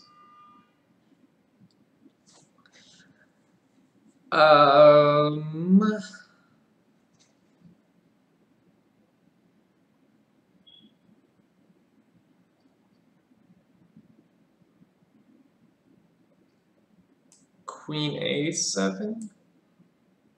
Your queen is more active than mine. I'd like to take it off the board. I've fallen for tactics here. No, I haven't. There's bishop takes. That's not really what I want, though.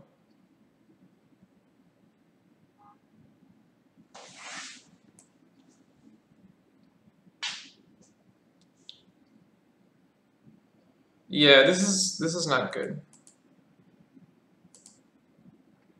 Queen c6 is also not forced. I can find other ways to slowly build up pressure. I can play h3.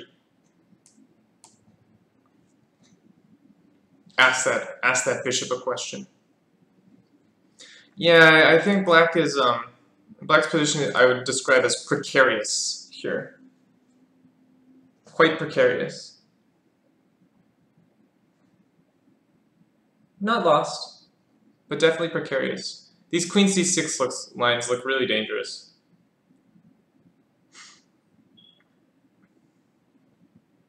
I don't know, maybe rook b8? Just say, let's have a draw? It's not unreasonable. Have a draw? That's interesting. Maybe queen c6 doesn't have the bite I quite want it to, because of this repetition. And on a5, your queen is useless. The problem with queen a5 is you're not really threatening to take this pawn, because you're in a monster pin if you do.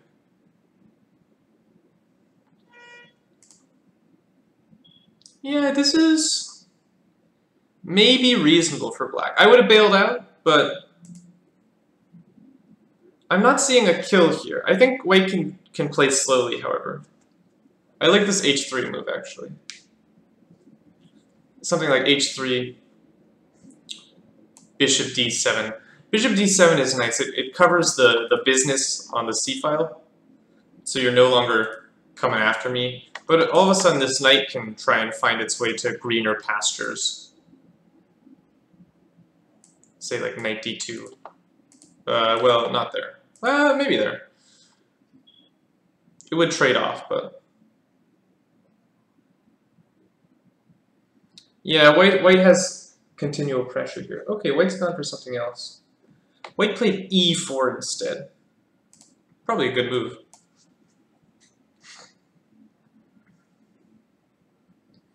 Yeah, so he's fixing this this weak pawn. Just saying that's going to be weak forever and ever. Here I can take a set of rooks off if I desire. I have this move rook c8, which will force a set of rooks off.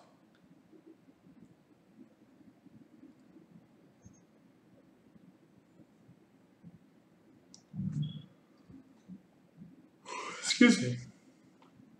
I also have ideas of going So I wanted to go queen d7, but queen d7 is actually unplayable. Yeah, this is a tough position for black. Probably not lost, but it's definitely hard to play for the black player. e4, bishop e6, okay. That's very sensible. He really needs to get this, he needs to get this d5 in somehow. The bishop wasn't really doing anything over here. I might have put the bishop on d7, covering that square, but I don't think that square is a problem yet because of this aforementioned repetition. So black is clinging in there. Let's go back and see how, if that other game has completed. When I left, it looked like black was mating. Oh, I got a Lichess message. I'll check that out afterwards. So rook f2, fg2, knight f4, bishop e4, queen e2. And the black player is down to 1 minute and 34 seconds.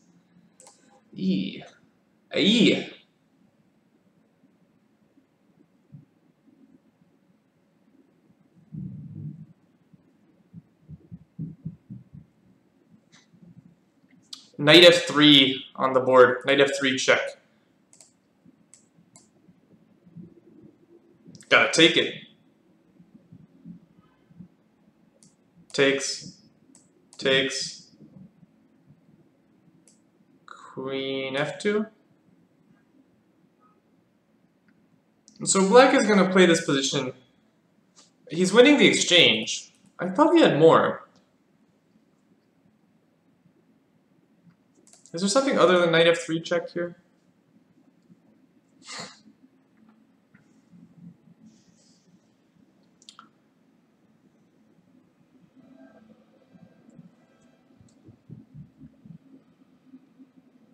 So currently, white is threatening absolutely nothing.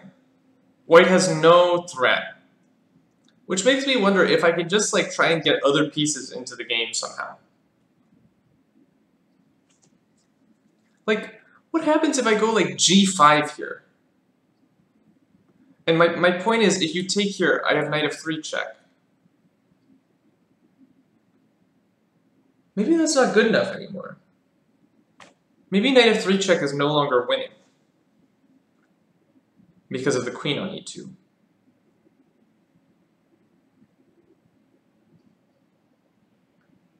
Something like this. Oh, but you have some issues here. This is a pinned rook now. Like knight h4. Everything is hanging. Oh, this is super complex.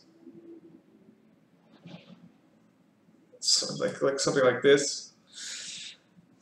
I don't know what's going on in that position. That's a total mess. Total mess.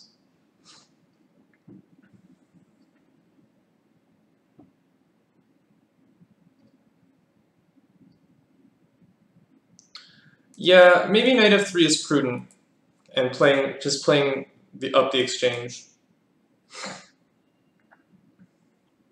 I also wonder if this was a possible move somehow. You just give the exchange back though and play this. It's very similar.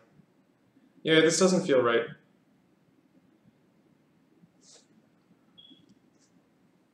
Okay.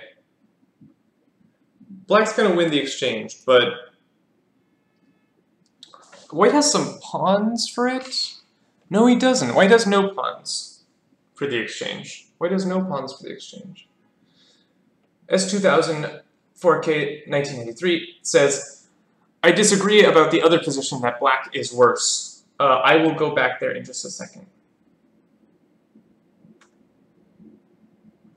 Bishop takes f3, queen f2, queen takes f2, king takes f2, bishop e4, king g1, there's a threat of g5 here. which would win a whole knight. Very sad. King G1, knight E5. I'm coming in with knight F3 check round 2. Yeah, that's very real.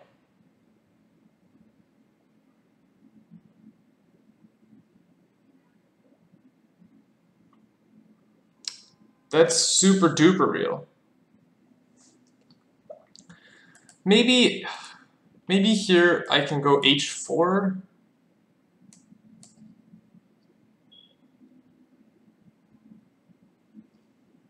Something like this. It's suspicious, but no, knight F3 hits the bishop as well. Yikes. Yeah, I don't see what to do. This does just appear to lose. The second coming of knight E5. Or the second coming of knight F3. Again, these pieces haven't been playing this whole game. I think something was wrong with this D4, D5 plan. This bishop was so powerful, and all of a sudden it became just totally useless. Yeah, and here, in this position, white resigned. I can't blame him. I think black's going to win a lot of material here. So nicely played by the black player. Let's quickly take a look at that D4, D5 moment. Here, white played D4, and then went D5, which I thought was good, but it does shut down this bishop. So maybe instead of D4, we need to find a better alternative here for white. Because when you play D4, you give black this really dangerous kingside majority, and we saw in the game that it's pretty dangerous. So let's try and find an alternative here.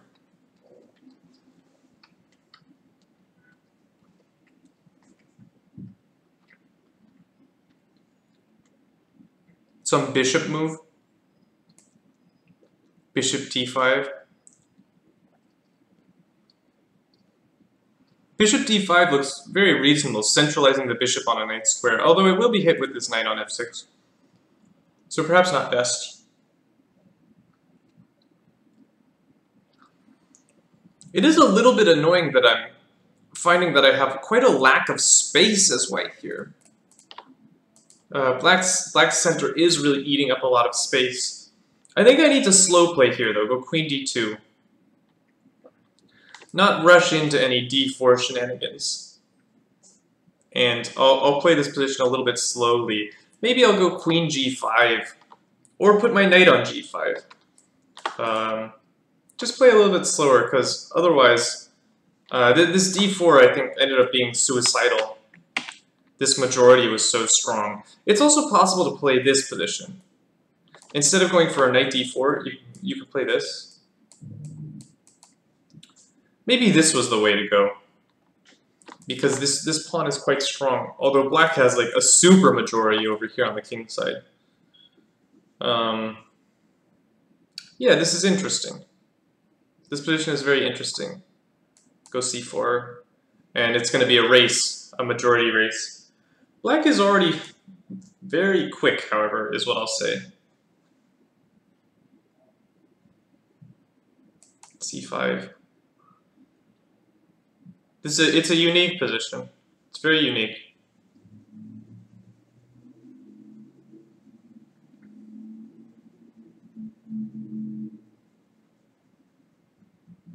Yeah, interesting game. Let's quickly go back to our Rev Haas game, Rev Haas versus Wardstone, where S2004K has said he disagrees that black is worse. And his reasoning is, if black is up a pawn, and if white wants to win the pawn back, he will have to give the bishop pair on d6. That is true. However, I am not sure. Sorry, let me just switch overlays. I am not sure white needs to go and win that pawn. I think white has other trumps in the position. Basically, all his pieces are better. And it's not required for white to go and win the d6 pawn. So I think white actually has other viable plans that involve pestering this pawn as well, or trying to invade on the c-file somehow. We'll see though. You could be right that black is not so much worse. And here we're actually we're still waiting on the white player's move. White has not given a move here. Ah, he just played the move queen d3. Queen d3. So the idea appears to be to take on d6, although, okay, say I make a pass. What's going on? You do have to take. I was trying to make some rook d8 shenanigans work, but that appears to not work. Take, and this is what I mean. Like, yes, white gave up the bishop pair, but white still has an active rook. This pawn is difficult to defend, so white, I think, has clear compensation for the. He's not even down. He's not down anything, right? So I think even giving up the bishop pair, white has returning compensation. Obviously, black will not pass here. Black will not play h6. But still, I think white continues to have a lingering initiative. Although, is that a move?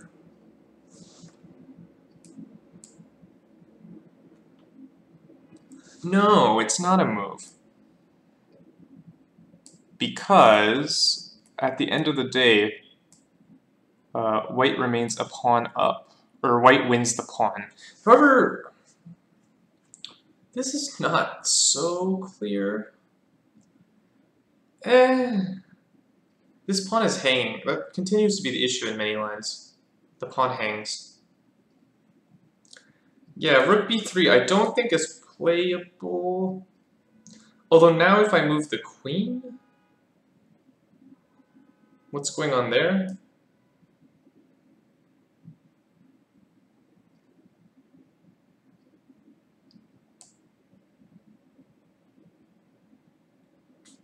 I've moved the queen to a poor square. Okay, okay. Let's move the queen here. Queen d2. And this is a mess. Total mess.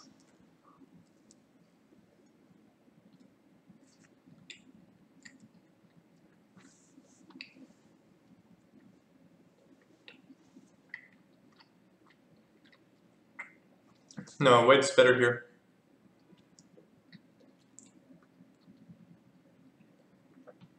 You can go for this again, but this is a slightly better version for black because the rook is down on b3, but again, e5 hangs. And it's not simple to defend that pawn. Also, a6 is hanging. Lots of things hang. Yeah, I think black has some enduring, or sorry, white has some enduring initiative here for the pawn.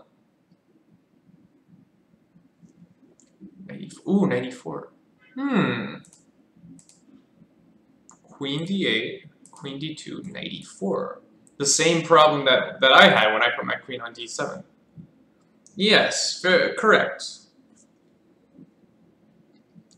This is a problem. This is a big problem.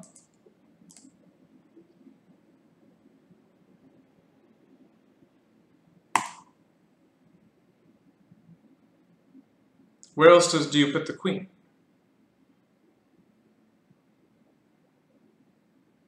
There's nowhere else to put the queen.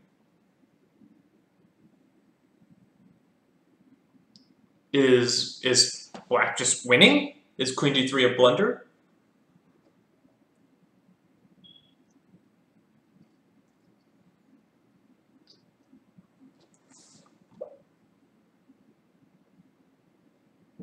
Wow. What? Oh, okay. Okay. How about that one? What about that one? That's sharp. That's about as sharp as they come.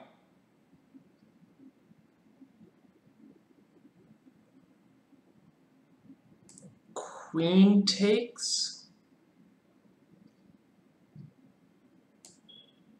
Can you get away with knight takes? I think you can actually.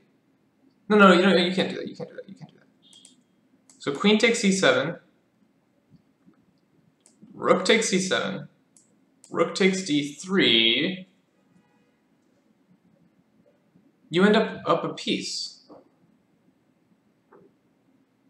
after queen takes c7. What about this? You grab the rook at the end. And what's the body count? Materials equal. Nope, the rook's hanging. Just kidding. Yeah, that's not working. It's not working in the slice. Okay, bishop c7 is not working. This looks like a blunder. If I can't play bishop d6, don't I lose on the spot? This looks very lost. I don't see a move here. Queen d8, queen d2. This knight e4 move shuts it down. The game's over. Totally shuts it down. Ouch. Can I do this now? No way. No way. This must be lost.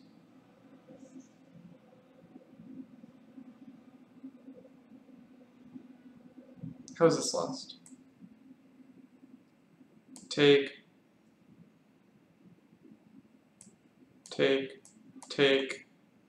What's the body count right now? I'm up a piece. You gotta get a piece back somehow. It's just not gonna happen. Yikes. This looks lost after rook b3. Looks totally lost.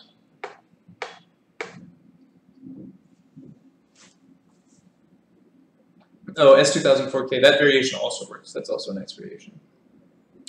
Yeah, queen d3 looks highly suspicious. Oh, this has not happened. Oh, okay. White had a plan. I missed this move. Rook c3. Great, yep. That holds it all together. Mystery solved. I was like, what? Yeah, so yeah, this was played. Rook b3, rook c3. Rook takes c3, queen takes c3. All played, all on the board.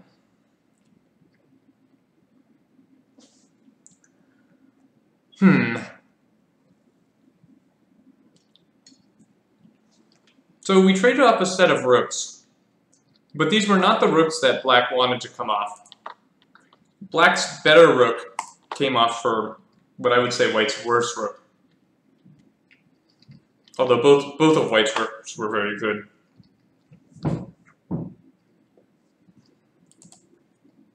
And yeah, now queen c6 is starting to have more appeal. You can no longer bounce me out.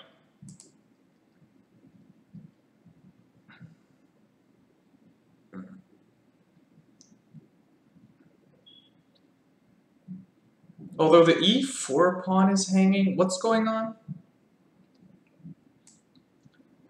Knight takes e4, queen c6 is the idea. Forking e4 and a8.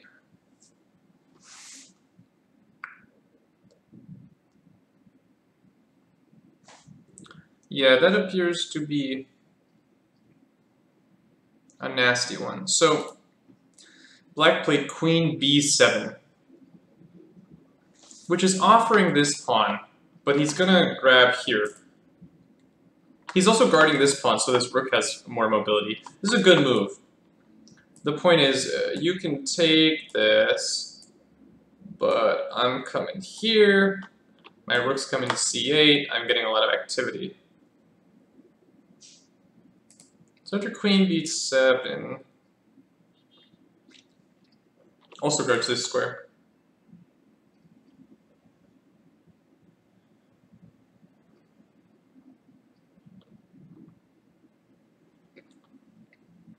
Yeah, black is really unraveling here. Black's played this well. I wasn't a huge fan of this queen d3 move. I think white has better ways to apply pressure. I want to invade.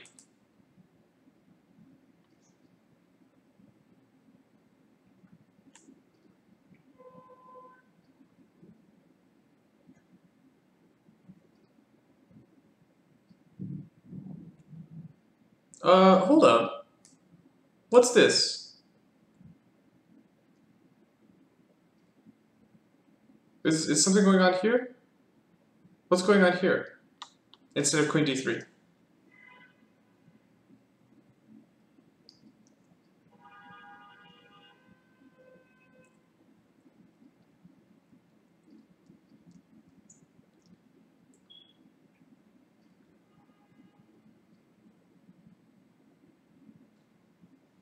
What's up with this?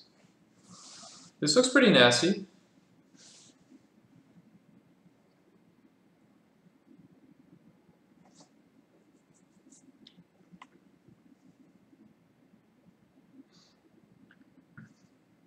Go rook c8. Queen b2. Maybe even queen d2. No, because then you get bishop e3. Queen b2.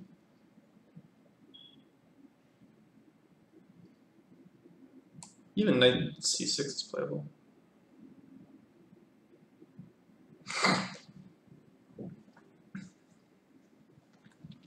Knight c6, maybe not. Queen c7. Well, knight c6, queen c7, knight d4. It's a mess. This move looks very interesting. I don't see a clear refutation. He must have been worried about something with rook c8 here. I don't see any other move. That looks like a clean, not a clean chop, but at least a chop of the pawn, a return chop of the pawn. But okay, queen d3, rook b3, rook c3 takes, and sorry, not taking there, but queen b7. And I like I'm warming to black's position. Knight g5 played, going after the second bishop. But in doing so, offering a second pawn.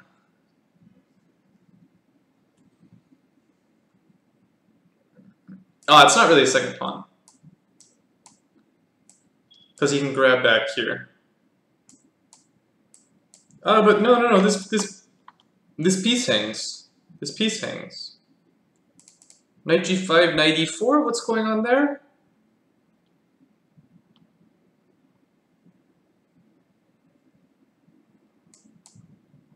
I'm on your queen. You better have something.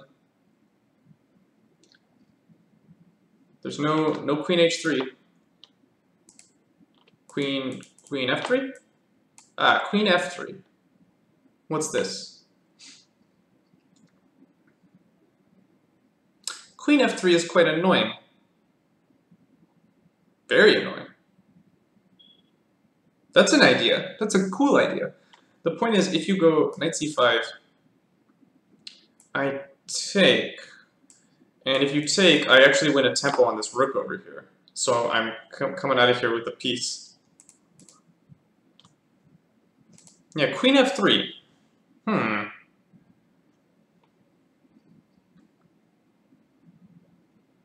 Knight f6.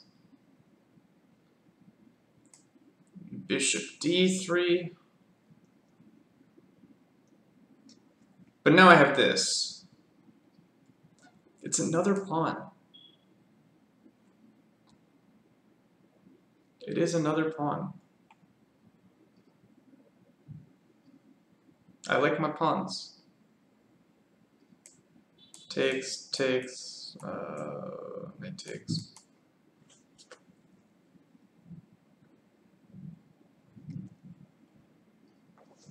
It looks like black wasn't enjoying these variations. Played bishop g4, trying to trade off the bishop pair. I wonder about this move, though. If it works, it's a beauty. Queen f3. Knight 8 f6. Can I build pressure on this knight? Not with the bishop?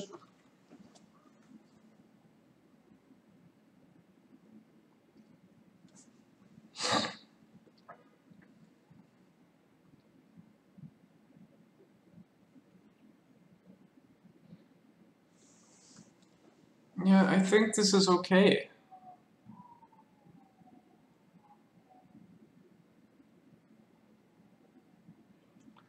Maybe there's this move.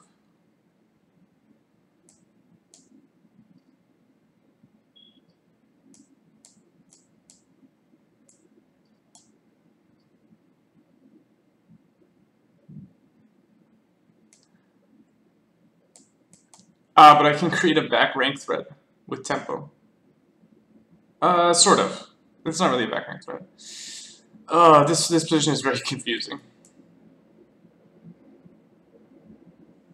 You just can't take on e6. I'm up a pawn, but this is a draw, probably. Yeah, weird lines. I don't know. Knight e4 is very confusing. World Cup withdrawal? Yeah, dude, those rest days are killer.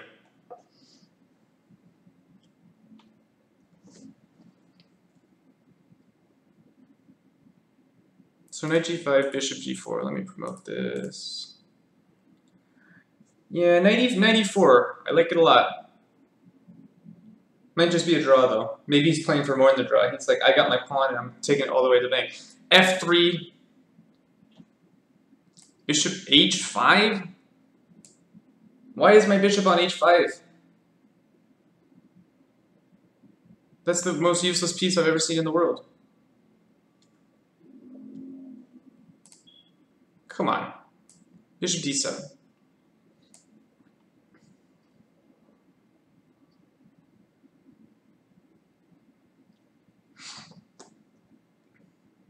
Oh, I'm sorry. I see the point here.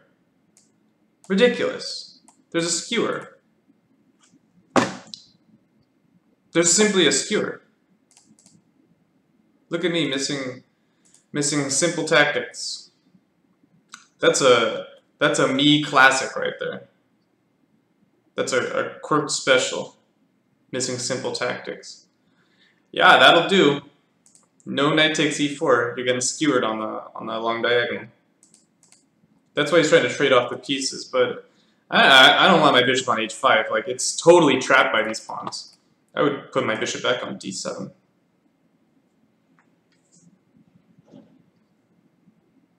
Yeah, but there's some pressure here, right? That's really unpleasant. It's not easy to protect. You have to go like... I guess you can take this, but... Oh, that feels so flimsy.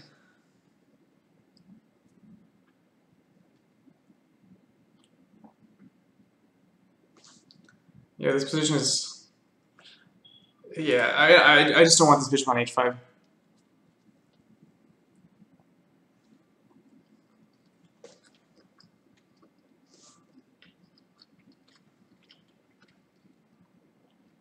I'm going to be eating a muffin as we continue through this game, just because the game slowed down quite a bit, and both the other games have finished, so we're down to one game. Only one game.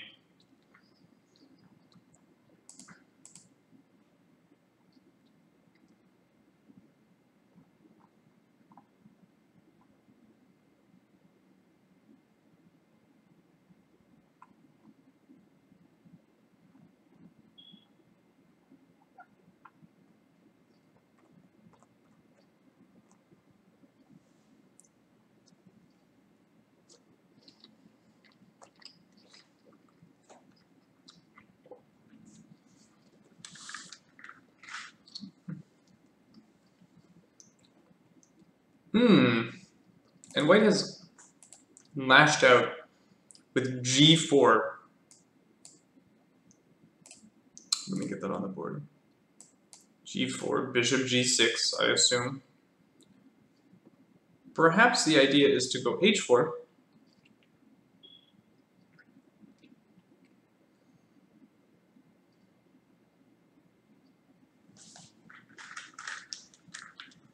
But after h4, I will go h5, right?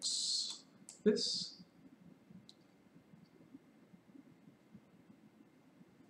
And here I think I'm okay. I'm not sure about this g4 move. The bishop was already horrible.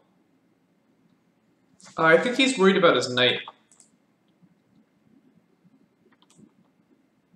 Some like h6 and the knight has to go to h3, but is that so bad? The knight comes to f2 to d3, makes the circuit. I don't know. I do not know. Yeah, g4, bishop g6, and takes. For some reason he wanted to include this move g4. I'm not convinced that's so beneficial here. You know, I think he wanted this square for his king. Worried about some checking line. Let's see. Takes, takes.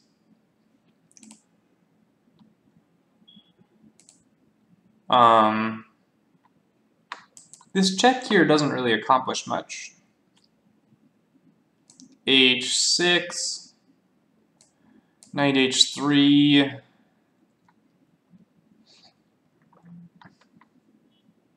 I have ideas of sacking here to gain the light squares. But it doesn't appear to ever really work. Yeah, but I have moves like rook c8. And I'm coming down here. This could be dangerous.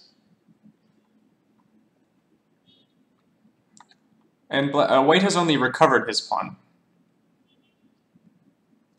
He has not won a pawn. It's only recovered. Here I would snap this bishop off. It's an unopposed bishop, and my knight on e8 is terrible. So I would take that almost instantly. You could throw in the move rook c8.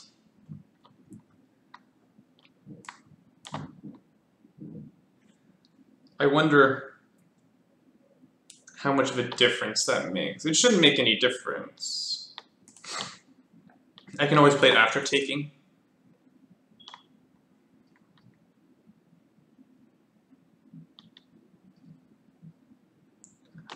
This pawn is hanging.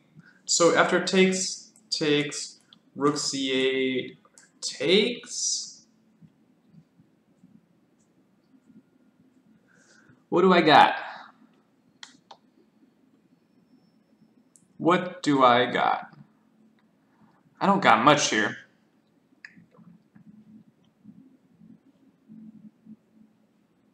Maybe go h6 first, knight h3, rook c8 takes is a better version somehow.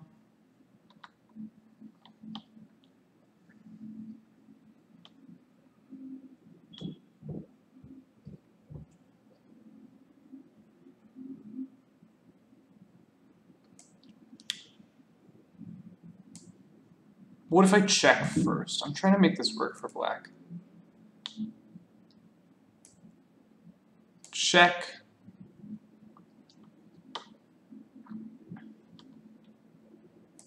King g2. But now I don't have rook c8. Darn. Dag nabbit. Okay, I have to start with rook c8.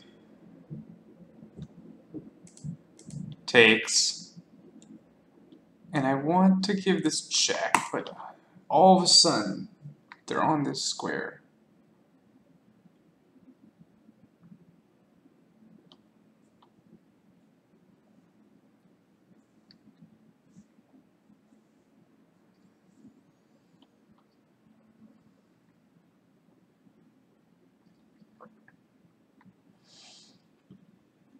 Excuse me.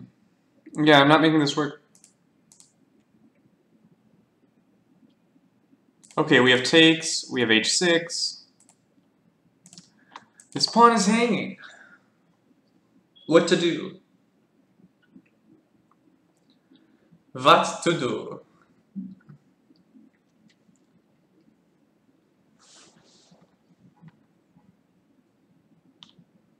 This piece is just so bad.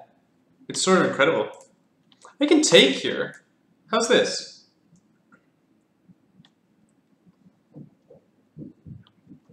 That's interesting.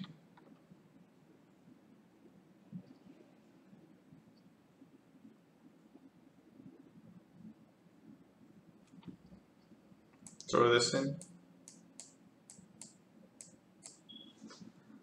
Your king is pretty open. And I have 2 pawns. This might be playable. I'm just trying to find a way to get this piece into the game. Abusing this geometry. Of course, if you take right away, I have this. Ah, but maybe you're escaping this. No, I have check. I have check. You're escaping this. This doesn't work. How droll. No, you're not. Ha. Ha ha ha. Gotcha. Gotcha good there. We'll be playing this position, which could potentially be good for black. Coming in with rook c8, that's already a big threat. I like this move, bishop takes e4, I think. Otherwise, this piece is just going to sit here and collect dust for the rest of the game. Maybe h5 to try and activate the piece.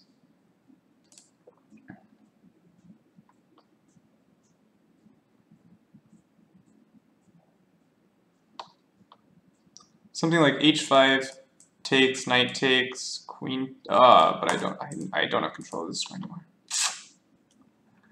Yeah. h5, g takes, bishop takes, queen takes. Ay, ay, ay. It's all bad. All the variations are bad.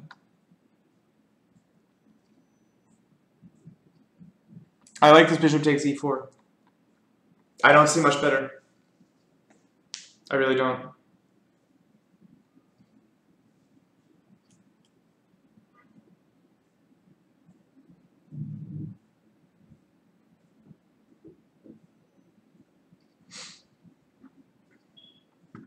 You can also play this. But then my terrible, terrible bishop actually made itself in a living. Got a job. And I take that. And black is better. Somehow. Somehow black has managed to come out of this better. Don't ask me how. But he did it. Yeah, bishop takes e4. I think it's black's best practical try. Rook takes f6 is probably best.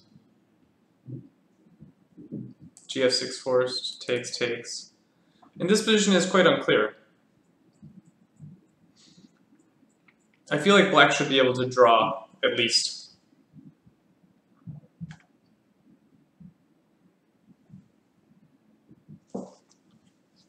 Bishop takes e4, fe4, knight e4, bishop f3, yeah, I'm sneaking out, right?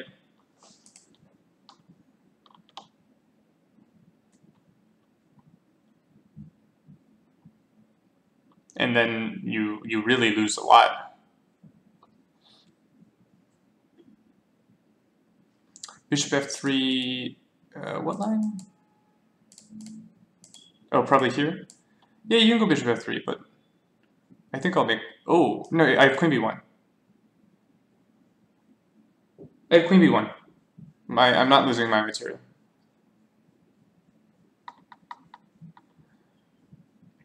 To be fair, I didn't see that move, but I keep missing this skewer on the long diagonal, but I always have tricks to get out.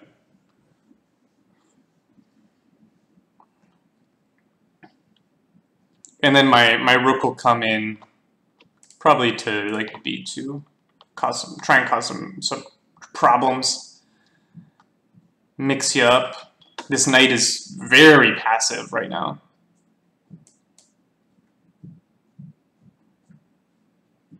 Rook can come to d8 as well. Well, not there. Okay.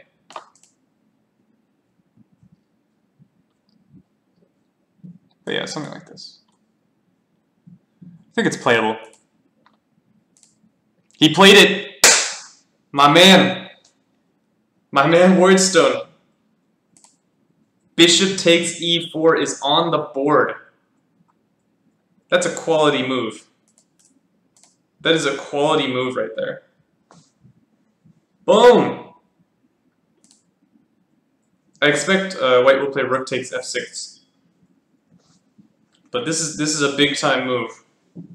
This keeps black in the game. I think any other move and black is just not really playing anymore, because the bishop on g6 will be so terrible. But just temporarily, these pieces are placed in such a bad arrangement that bishop takes e4 is knocking them down. Nice move, nice move. And we've got a few more moves. Give me just 1 second. Okay, we've gone for the skewer line, which goes takes, bishop f3. So this was the line we've got in the game, and queen b1 check is an only move, I think.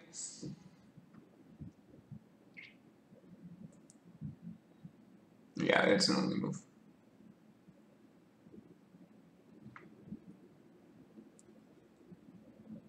And this is an interesting position. White's gonna, if white wants to convert this, he's gonna have to work very hard. Both kings will be a little bit unsafe. I think white's king is actually more unsafe, although the knight will probably stay home on defense duty. Alright, while the players think, I actually need to use the restroom, so I'll be back in about 2 minutes.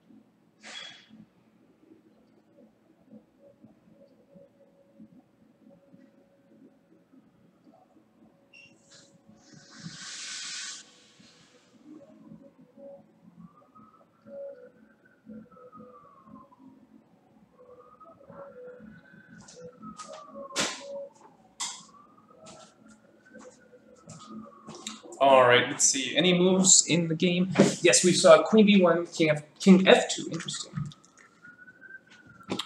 Queen b1 check, king f2. That's a little bit surprising to me. I expected king g2 with the idea of blocking a check with knight f2. The f2 square, I think, is very important for the knight. It doesn't have anywhere else to go. So this king f2 move, I'm not so sure about. And now rook b8, as expected. The rook's going to come to b2, and black's king is in a little bit of hot water. It's not the most pleasant position. I think black should be holding a draw here. Hello, Kid Monkey King. How are you doing, good sir? we're looking at our last game of the day, which is Revhas versus Wardstone, and we have a very imbalanced position, which I think should be drawn, but it's very not clear.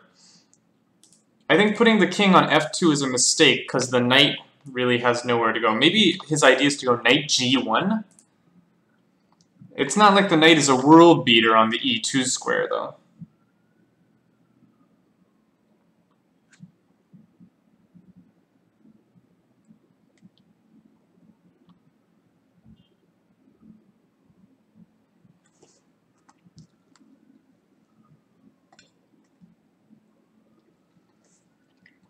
I think black's position is probably easier to play than white's position.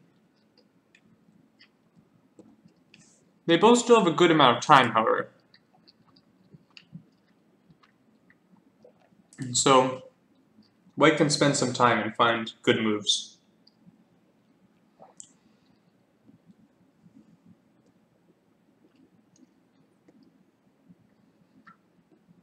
Yeah, this game has been really messy. Sort of a shootout, a brawl.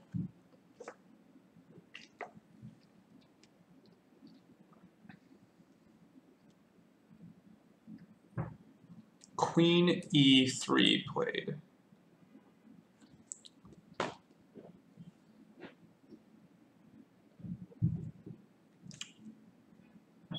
Okay, he's guarding the e1 square for a check, which means he wants to go king g3. I think. It's possible he also wants to go bishop e2, but I think his main idea is to go... Oh, ooh, that's his idea. Just kidding. I found his point.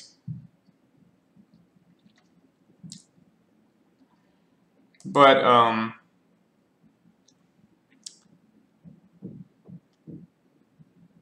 black should just be able to go king g7 or check in king g7.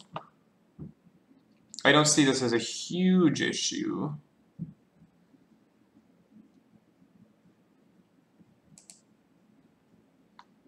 I would probably throw the check first, get that rook activity.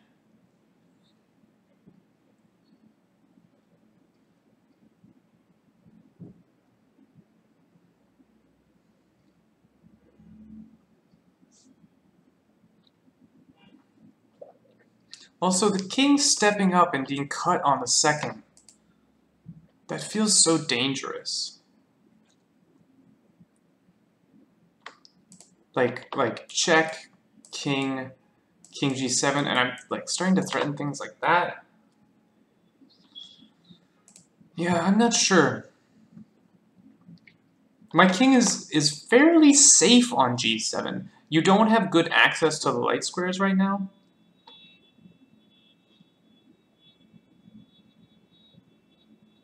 Yeah, I don't like this position. Or I don't like this move, I don't think. Actually, the move I really don't like was king f2. I think the knight needed to come home. Because right now the knight is doing diddly squat.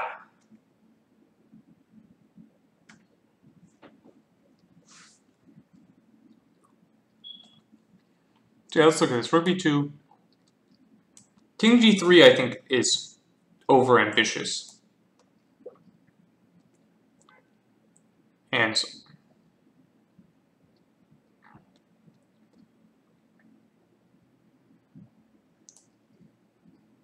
bishop is playable.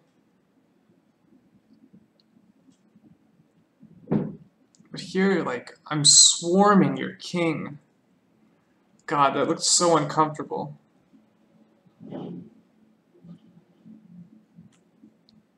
Your king is just walking up that board. That looks really painful. Nothing concrete, but I'd be scared. I would certainly be scared. The other possibility is bishop e2, king g7. Again, you don't have much here. You're on my a pawn. I'd like to keep my a pawn on the board if possible. It's also possible to just go king g7 and say that I want to play moves like rook b4 and not worry so much about rook b2. That's a reasonable thing to say, actually. Here, bishop e4, rook b4. Oh, just kidding, not there. Ha ha ha ha ha ha. Well, here I would check you, actually. Because you have to go up now. You don't have bishop e2 anymore.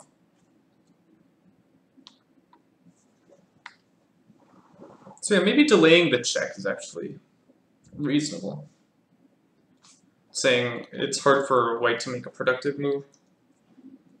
Queen or king g3, and we get sort of we get this position again. I have to say, it looks scary for white. Those pieces are in the paint. They're coming to get you.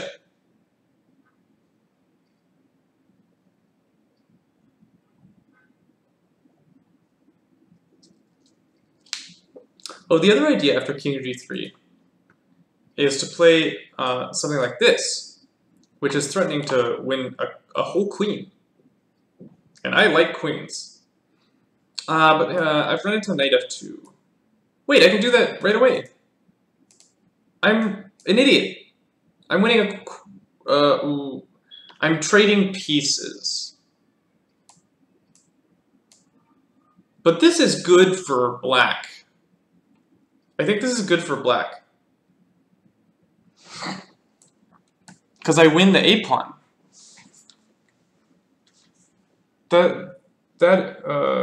That's good for black. Okay, he went rook b2, check first.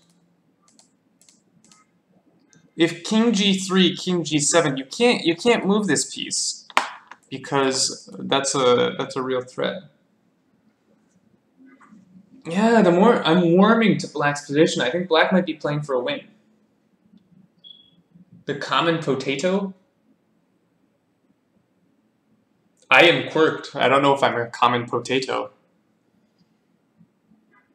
Ah, common potato. Got it.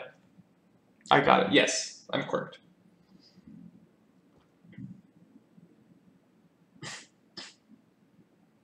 Silly. So yeah, here I think white needs to play bishop e2. King g3 looks far too risky. I got you. I got you. It was clever. If we step up to g3, just king g7, I have this, I have stuff like this. It's not gonna be pleasant.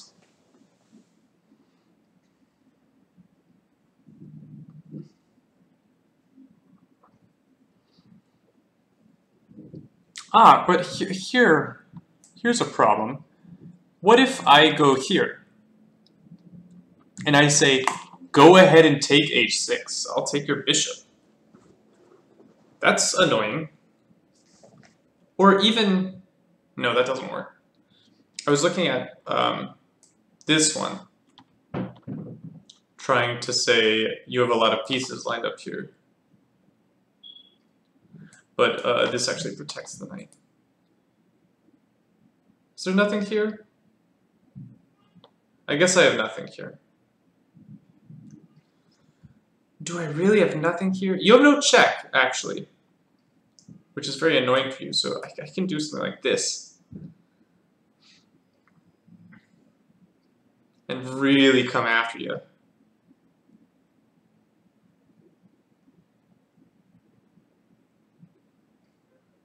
But I think knight g1. Bishop e2. Okay, he's done it immediately. Queen h1. Yeah. Now we're talking. Now we're talking. We're in business here, boys. Queen g3 only move? I think. You can't let me take that. Queen g3. Yeah, queen g3 on the board instantly. The white player saying, no, thank you. I want none of that. None of that.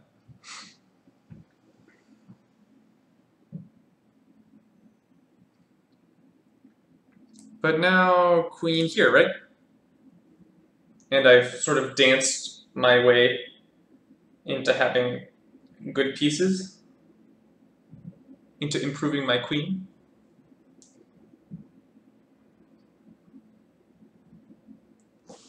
I'm going to try and grab here.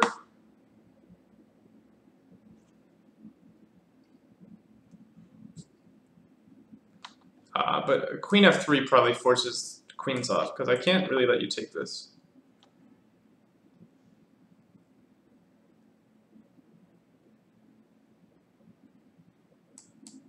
So what's this position like? Oops. Oh, yeah, king takes, king takes.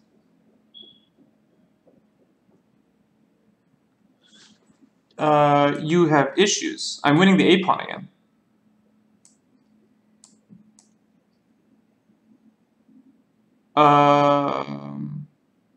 Am I winning the a-pawn?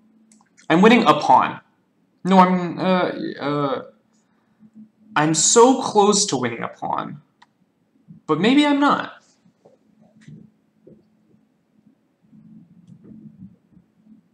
Okay. Black has instead opted to go queen d5.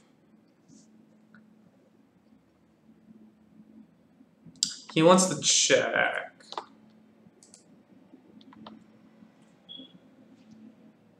Or he wants to go here. Again, I would go queen f3 and try and get those queens off, I think.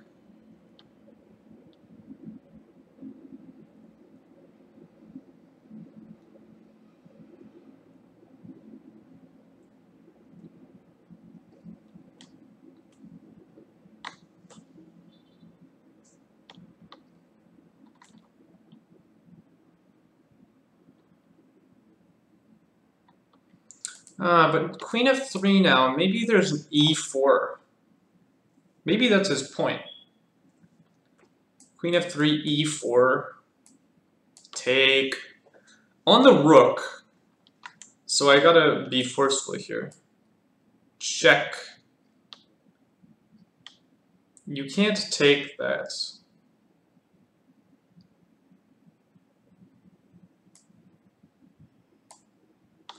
But that's almost mate.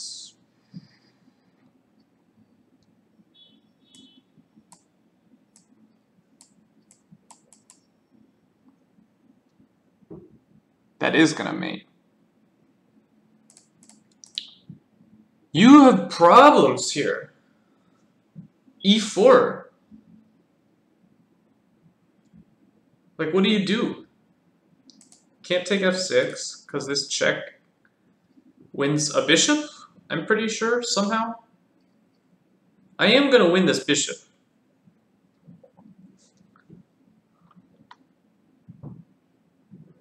And you actually have no check with the queen, somehow.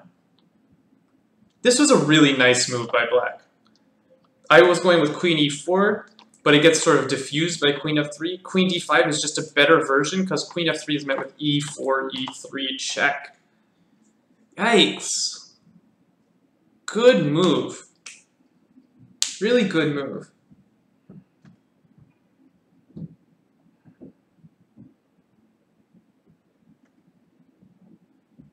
Woodstone really managed to unravel this game. I think he was much worse earlier. Although that was debated. But I have a feeling he was significantly worse, and he's crawled his way out of the hole. And he found a nice shot with bishop takes e4.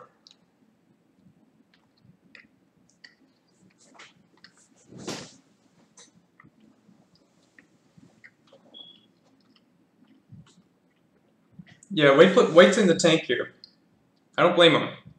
This is a complex position.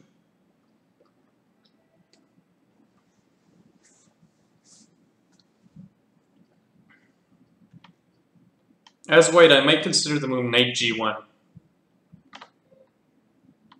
But like knight g1, e4. Again! This move is painful. I like this e4 move.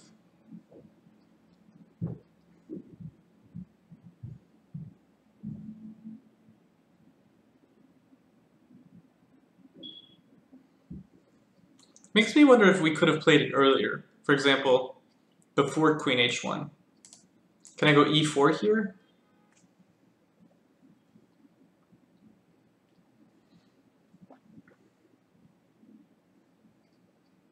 No, because the queen is going to maintain control of this. For example, e3, boom.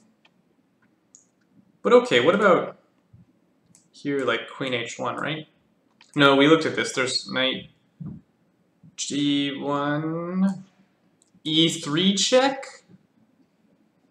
What's going on here? This is a mess. This is lost. Maybe e4 was playable way back there. Queen h1. There's knight f4. Maybe this is a better try. But now e3. This all looks really hairy. Like really, really hairy. I go check. Your king is walking. But maybe it's nothing. The knight is... everything's protected here. So maybe what he did was best. Queen d5, it's good. Oh no! After queen f3, he went queen a5. No, e4 was slaughter.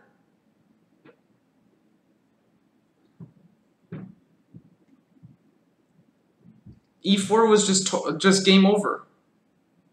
Total game over. That's a miss. It's a big miss. Maybe there was queen f5. I don't believe in this. No, just check, right? I'm gonna grab a piece.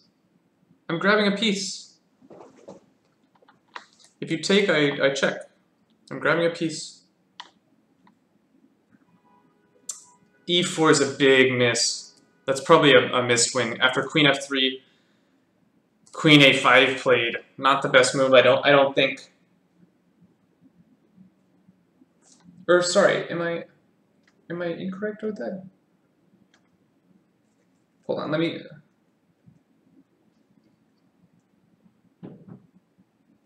When was the move a5 played?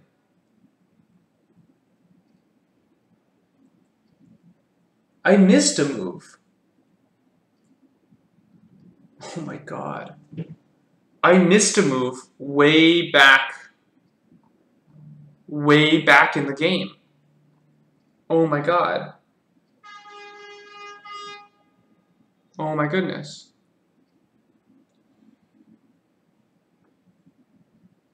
After queen d3, rook b6, a5 was played.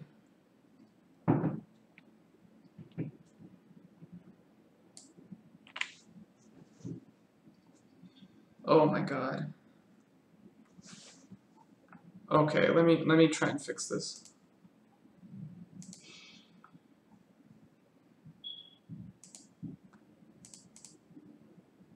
Okay, this is gonna look a little weird. I'm just gonna fix this. Rook b8, a5, b7, queen e3, rook b2. Okay, there we go. There we go. I fixed it. But okay, queen h1, queen d3, queen d5, queen f3. e4 still wins, but okay, he took here.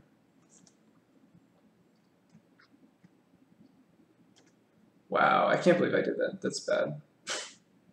I missed a move. Okay, queen takes f6, queen c5, check. King f1, queen e3.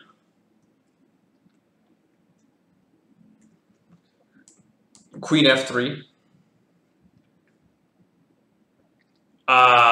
Tactics. Rook takes e2. That's cute. Queen takes e2, queen takes h3 check. King G1, A5. And this should be a totally winning queen ending. Okay, so this appears to be winning. I wonder if... I thought E4 was just a stone cold knockout, but maybe this is also just totally winning. Maybe white can't go for the pawn there. White's been needing to play like a knight G1 move for years. If you go knight G1 here, maybe you live. It's possible that you survive this. Yeah, I think knight G1 is good. And try and live through this ending. But after queen F6, this is just disastrous. Here again, maybe knight G1. But now I have threats of like rook B1. Rook B1, take the knight, take the bishop. That's game over. Just to show. Check. Oh, can't even take it. It's made. I made it on accident. So knight G1 is now unplayable, which is a little bit sad for you. You really wish you could. But after queen F3, rook takes E2 is a nice touch. It's probably not even necessary. You can probably take this and play this ending, where you're just winning because I run my pawns.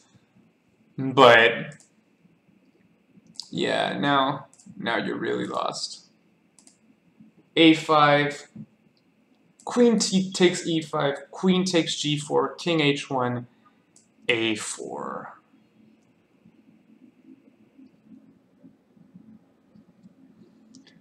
That pawn is lost. No, sorry, the pawn's protected. I was just looking at this check and I'm like, oh, wait a second. But no, the pawn is protected, which means that pawn's gonna be a touchdown, I'm pretty sure. Unless white can engineer a perpetual somehow. I find it very unlikely. This should be totally winning. Also, white's king is incredibly unsafe as well.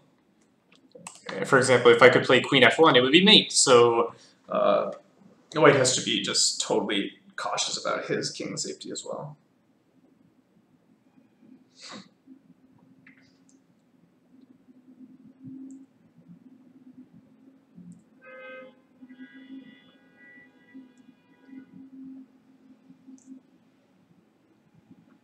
Yeah, this is a nice conversion from Wardstone. Bishop takes E4 with a class move. Show the whole board. Oh, I'm sorry, I scrolled.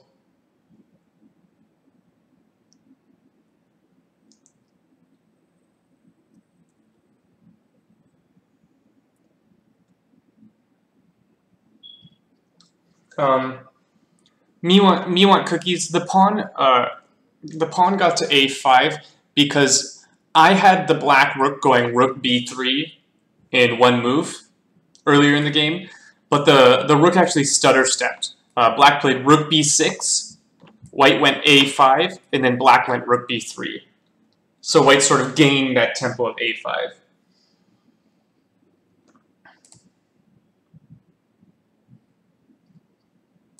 That's how that sort of only white included a move that I missed, because I just saw rook b3, but it actually turned out it was a two-part rook journey that included the move a5.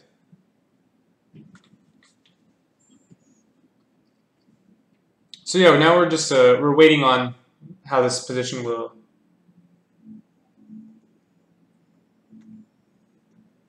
continue. We've got a check here. King h7. His point is he wants to meet this check with queen g6, I think.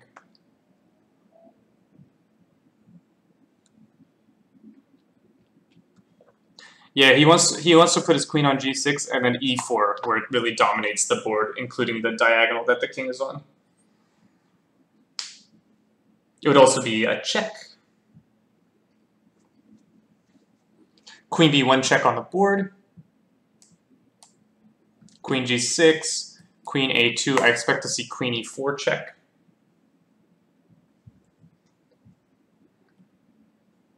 Queen e4 check followed by king g6 guarding the pawn seems quite strong.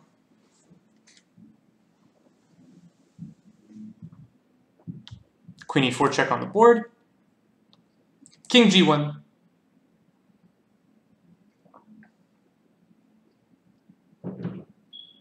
We'll see how he chooses to handle this pawn.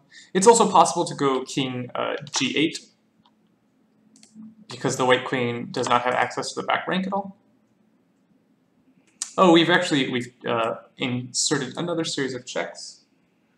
Now we can go queen f3 and play a3.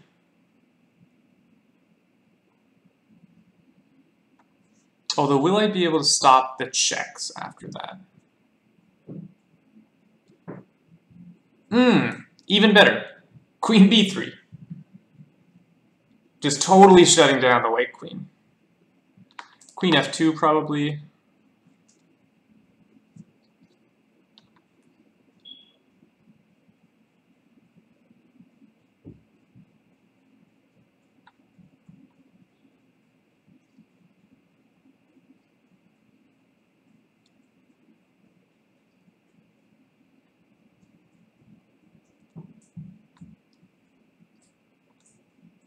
Queen e2.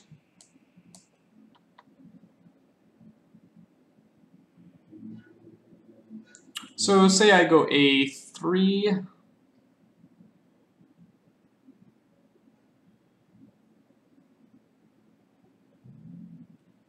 Or what if I just go check, check, a3? Yeah, I think that's what he's going to do. Check, check, a3. Keep the king as safe as can be. Or he's going to go check in a3. Ah, he's on the diagonal. Yep. And he's threatening queen b2. Very good.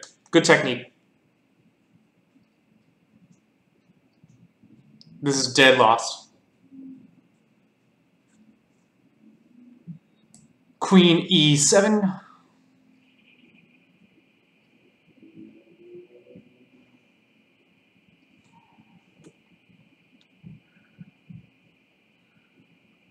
Check. And a2 is coming. Yep. Do have to be a little bit worried about this stalemate idea.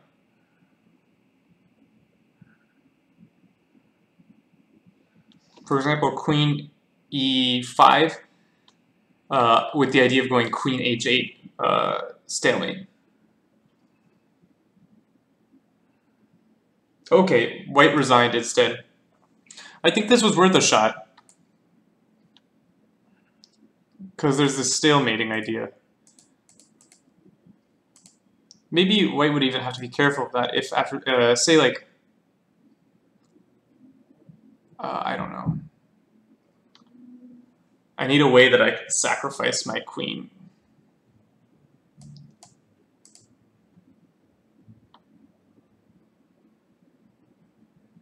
And say I go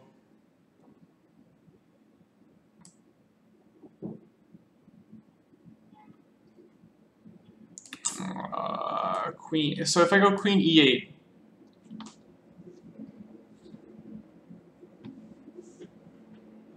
I'm not actually threatening the pawn. But like this is a better try, right? And my point is, after queen g6, if the careless a2 oh, what am I talking about? It's not stalemate. I'm an idiot. I'm thinking this pawn is going the other way for whatever reason.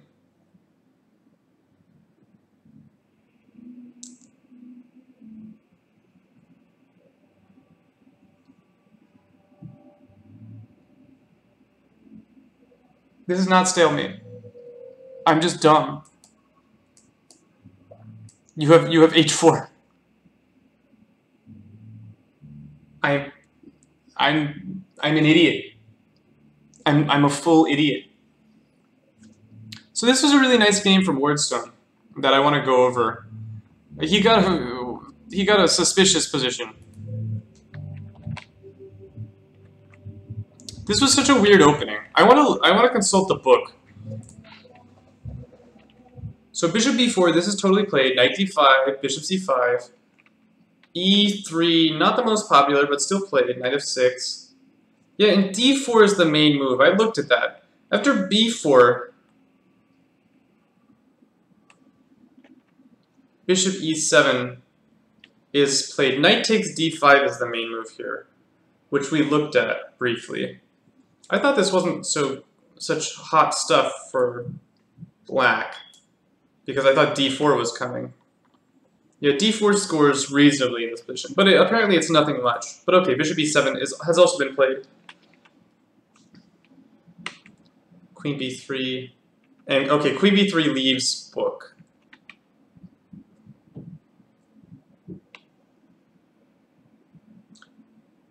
I'm gonna turn the engine on just because I want to see how the engine thinks about these positions. So here I was all about this d5 idea, which is apparently fine. D6 as played in the game is also fine according to the engine. Let's see if my window's holding up. Great. Knight f3, bishop e6. This is all fine. Bishop e2. Castles. It loves this b5 move. It does not like that a6 move. That doesn't surprise me. So I think here, yeah, you take, and then you make something happen. I was talking about either playing d5, which apparently is terrible. Okay. Shows what I know. Or playing rook e8. I'm not sure which rook. Which is fine. Not great, but fine. The engine also really liked just going a5 right away, blasting this file open.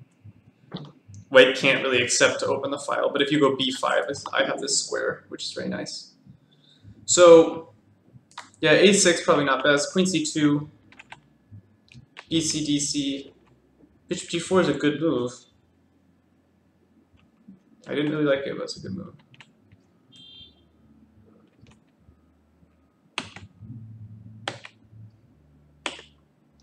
And here I thought white was better. The engine's giving 0 to 0.1, so apparently I've misevaluated this position. And S2004K was or whatever his name is correct. White has compensation for the pawn, but not more. Here I was looking at knight c5, trying to bail.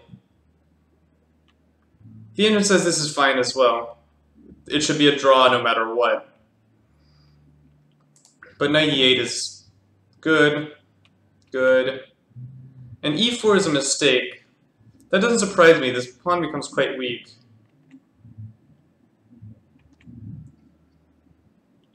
Rook b3. Yeah, now black has advantage after queen b7. Knight g5, and it wants to go knight takes e4, but I thought that wasn't possible because of a skewer. And now I'm really confused.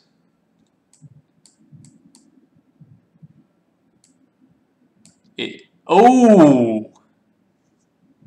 There's an unprotected rook. That's some nice tactics there. I totally missed that. I thought that was unplayable because of the skewer. Bishop f3. I think the black player thought that was unplayable as well, because he didn't enter that line. He entered an equally fine line, but yeah, that's not working. But yeah, queen a4, nice move. Missed it, totally missed it. All right, so knight g5, bishop g4 is also good. f3. Yeah, bishop h5 is not a good move. The bishop is like just shut out of play. g4, I didn't get this move. Takes, h6 is correct. Bishop takes e4 is the best move. I think any other move, and white is really, or black is really going to be groveling here. For example, if I go rook c8, yeah, white's already plus 0.8. So yeah, bishop takes e4 is really the only move to solidify the draw. Takes. And now black already has a big advantage. But king f2 is a mistake. King f2 drops the evaluation always all the way down to like 1.5, which I thought as well. Oh yeah, I inserted these moves. Ignore those. And after queen e3, black is winning. Queen h1, queen d5, those are all very accurate. And it likes queen takes a5, it doesn't like e4. E4 is not winning? Queen c3.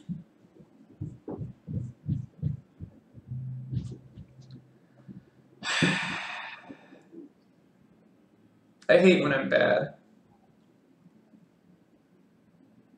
I hate it when I'm bad at chess. Okay. Queen takes a5. You're right. You're right, Wardstone. I was wrong. You're right. I'm wrong. e4 doesn't work. Queen f6, and you're just lost. Rook takes e2. And that's a win. All right. I'm going to quickly analyze the this no clue game.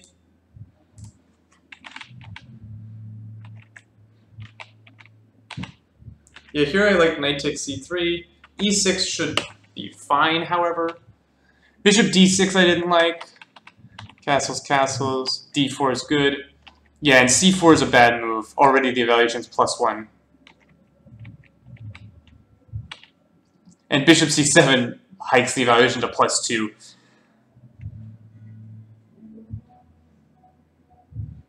That's probably true, Milan Cookies. But I hate missing, like, sort of simple tactical stuff. Here it wants to go bishop a3, which is a move that was not on my radar in the slightest. What's it think about knight g5? Yeah, it goes f6. Queen c2, it goes f6, yeah. But the evaluation is still like +2. And now it's just winning. Yep. Okay, what we thought. Let's quickly go over e24 versus Mikhail M. Michael. So we got an Italian with an early a4. A little weird. d5, that's fine. Knight c3, yeah, I wanted black to take this. Knight b6 is not a great move. The knight is sort of sidelined. Bishop a2. And now h3, knight g3. That's good. Bishop d2 is a good move. Bishop c3 is a good move. White still has a pleasant advantage here. Interesting. It doesn't want to take the bishop. It says taking the bishop is a mistake. Oh, that would be hard for me to believe. I would take that bishop sort of in a heartbeat. It really likes this move though, which I can't blame it. I mean, we're eyeing up some juicy stuff. Mostly this square. This square not so much. Oh, you're M. Michael. Yeah, I looked at your game earlier. Yeah, I thought you should have taken on c3. Because after knight b6, your knight's sort of on a weird square. I was just looking at this. And I'm saying it's not so easy for him to get a d4 in. So like bishop d4, if he goes rook b1, you can just go like rook b8. And I thought this was fine. I think he has to go bishop e3 at some point. But then he still can't go d4 because you go e4. I thought this was all very pleasant for you. The difference in evaluation is about, it's giving, sorry, I have to find it. It's giving this as 0, dead 0. It gives this position as plus 0.4 or 5 after knight g5. So it's a significant drop in evaluation. However, I think this is the human move. But I think d4 is a mistake. Because now black is sort of rolling. And yeah, you go d5, but now I think you have to take here. This idea of going knight in is too slow. You have to play this position, I think. And just call this a race. The engine's giving this a 0. But it's not the tame sort of 0, right? Both sides have super majorities. White already has a passed pawn, which is nice. But yeah, this would be an entertaining game. I think I wouldn't call anything under 1 equal. But yeah, after knight d4, black is rolling.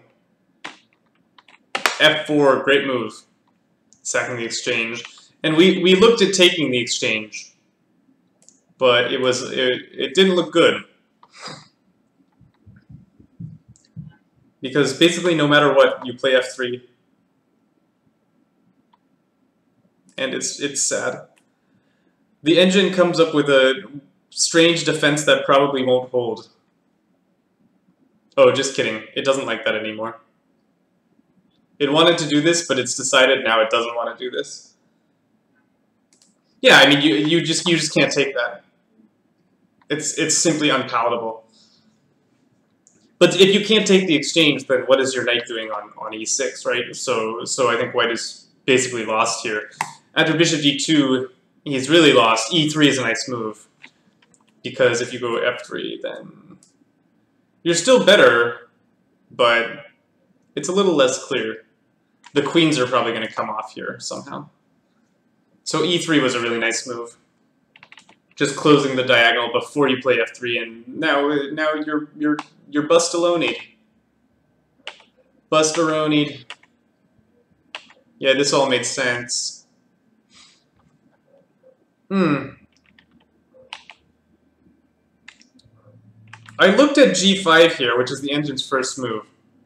I wasn't so sure what was going on here.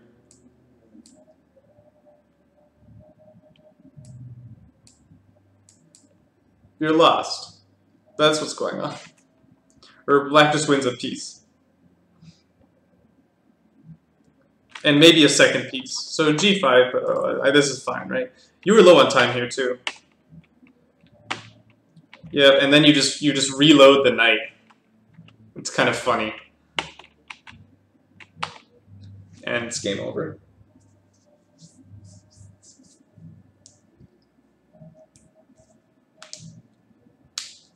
Let's look at that line. F3. Before E3. F3, bishop G5, queen H5, knight takes F8, rook takes F8, bishop E7. I'm not sure you have so much to be worried about. Like, you're down the exchange, sure. But, like, your threats are killer. So, like, say rook F7.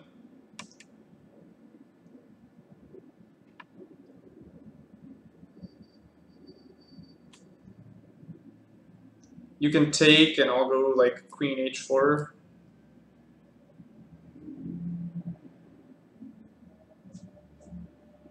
And bad things are happening to you, I think. Well, so this rook f7 move forces the bishop to move, right? I guess I can go to d8.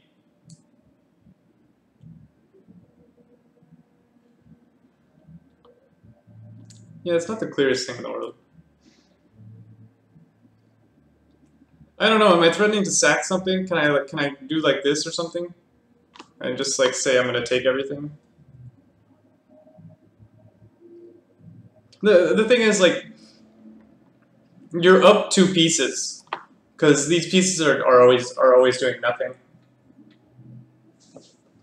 But I mean, the way you played it was clearly better. You just don't allow any shenanigans. So you're just like, okay, e3, no shenanigans, and call it a day. So yeah, nice game. It was a very nice game. Anyway, that's gonna be all for me. I've been online for 3 hours, and it is time for me to depart. Thank you for watching. Michael, thank you for playing a wonderful game that we could analyze. I hope you all enjoyed your Friday morning, or afternoon, depending on where you live. And I'll probably stream my game tomorrow, So hope to see everyone there. Have a lovely weekend, and talk to y'all later.